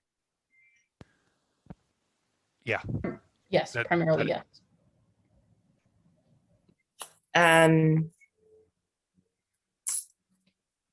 Perhaps we need to have a conversation about that and well, not even perhaps, work with you all on a strategy. Is that something we can place on the agenda in the future to build a campaign so that this is no longer an issue, a convincing, compelling campaign to convince the powers that be to give you the room to hire who you need to hire to better service these the social equity applicants, because service has been an issue since I've been on this commission, and I just wanted to see it go away. I appreciate that recommendation, Commissioner Mason, and we absolutely can work to agendize something specific to have a more formal conversation about how we can coordinate and build a campaign to make those arguments to city leadership. We continue to use our regular channels, but obviously that's not working. Okay, and this is Commissioner Mason again. So my next one, I'm excited about us being able as commissioners to engage with the community for policy recommendations, but I am conscientious about how that is implemented, and would like to see, we've got some brilliant policy recommendations over the last couple of years, either during public comments at the podium or in writing. And I would like to see that compiled and categorized and summarized and available to us in some sort of PowerPoint, so that when we do go out into the community and engage them for policy suggestions, we're not revisiting what's already been presented, that we are moving forward and getting new suggestions. It would make us look somewhat tone deaf, I think, if we didn't do that. So that's my suggestion for that. And maybe that's something that NBR Media can do. I don't know if it's within the scope of the contract with them, but I just want to avoid redundancy in that regard. And I want us to be able to move forward instead of revisiting what's already been proposed. And I think that that's a great recommendation. We will go back to our vendor and contractor to find a way to facilitate the collection and analysis of feedback that's already been provided to date. Okay, thank you. That's it for me. Thank you. Thank you, Vice President Mason. I share a lot of the sentiment that's been shared already. And to the public that's listening and will potentially listen in the future via recording, we as a commission, we as a department, we hear you loud and clear. And it's not a question of whether or not we're listening, but as you heard from staff, I mean, there are a lot of there's a resource issue that we're dealing with. To give you an example, we had a lot of complaints beginning from the last, or not beginning, but at the last hearing, we had a lot of comment about the issues with the customer service, folks that were not being responded to, whether it was by phone or email. And so if we as a staff, imagine if we redirect resources to address those customer service complaints and address those issues, then those are hours that are taken away from the actual processing of the licenses themselves. And so if you think about it, I mean, the resources are what they are. It's just a matter of how do we properly allocate them. And so as I've been preaching from the beginning, it's, we really have to be patient. And these are the growing pains that come with starting a whole new industry, setting up a licensing structure for a brand new industry that wasn't there just a few years ago.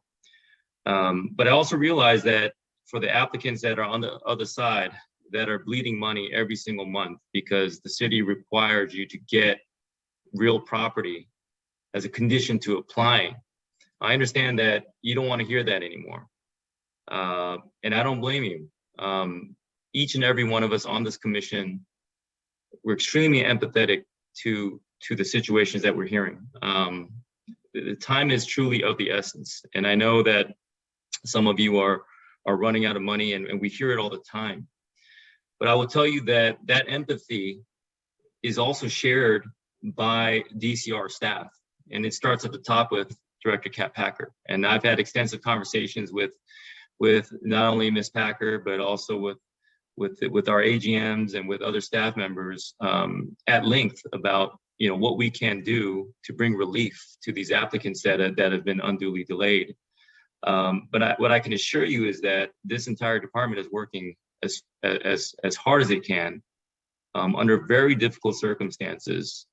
But the resource issues, I mean, they are what they are, and that's not going to change anytime soon. But we will work hard to do what we can to address those constraints to the extent possible. So I just wanted to make that point. And to our staff that's been working so hard, the more and more I learn about the issues and the difficulties you face, it's dizzying. It's overwhelming when I hear about what you all are going through. So I just want to say that you have our full faith and confidence, and we have your back.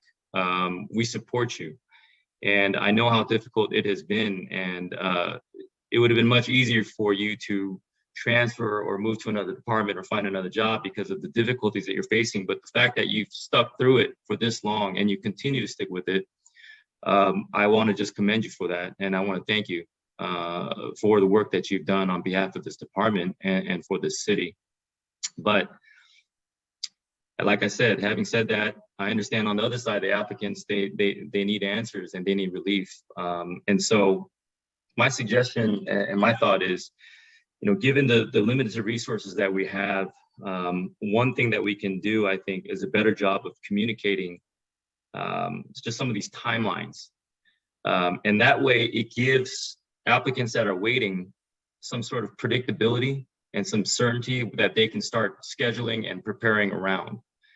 So to the extent that we can do that as far as improving our communication and our messaging, and giving folks a little bit more predictability as to when they might receive some answers or when they can progress to the next phase, I think that's going to be very, very important on a number of levels.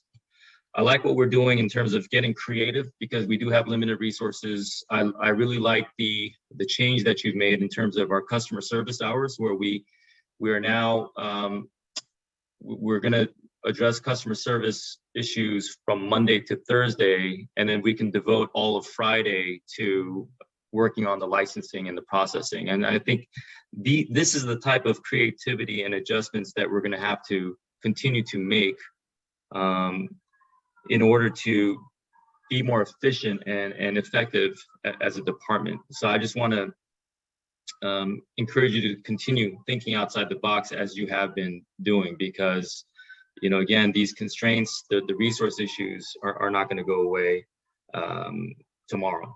And so let's continue to stay together, work together, and keep each other informed as we move forward. I see Commissioner Villa has her hands raised.